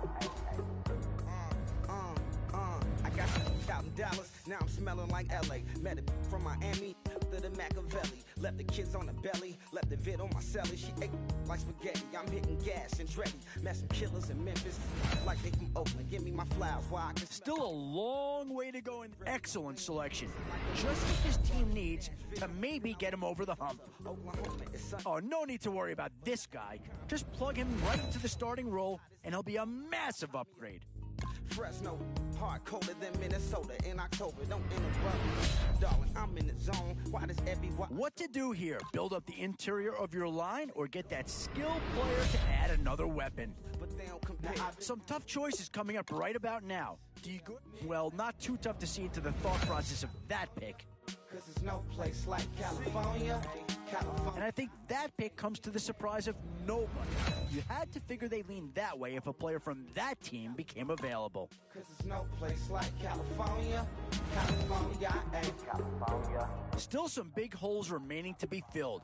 Here's where you may have to go after a lower-rated player just to make sure you get coverage in all areas. Oh, and that's a key upgrade right there. He's versatile, athletic, and a big upgrade over what they had. You can catch a hollow. Honestly, it's the same out in Richmond. Virginia or California, either state you can get it. Now it's getting to the time of the draft where you really... Yeah, I think with that pick, you're just looking to build up your core. Get some guys in here that can help round out the roster. He saw her heavily. He balls. Every project, every seashore. And I ain't... Whoever's making the final decision here might have a coordinator in each year. Do you go offense or defense? 3 choices here. All of them impact players. California, 'cause there's no place like... Could we see another Buffalo Bill come off the board here? CLMIADMV all reminds me of California, 'cause there's no place like California. California. Boy, it's finger crossing time now. With the end in sight and a few more holes to fill, you've got to be hoping that there's still a gem or two that become...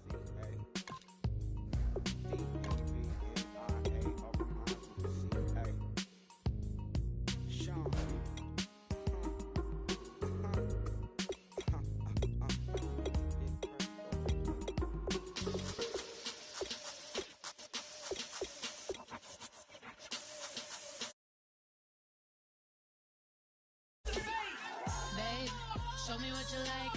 Hey, I put money, I can match it for ya.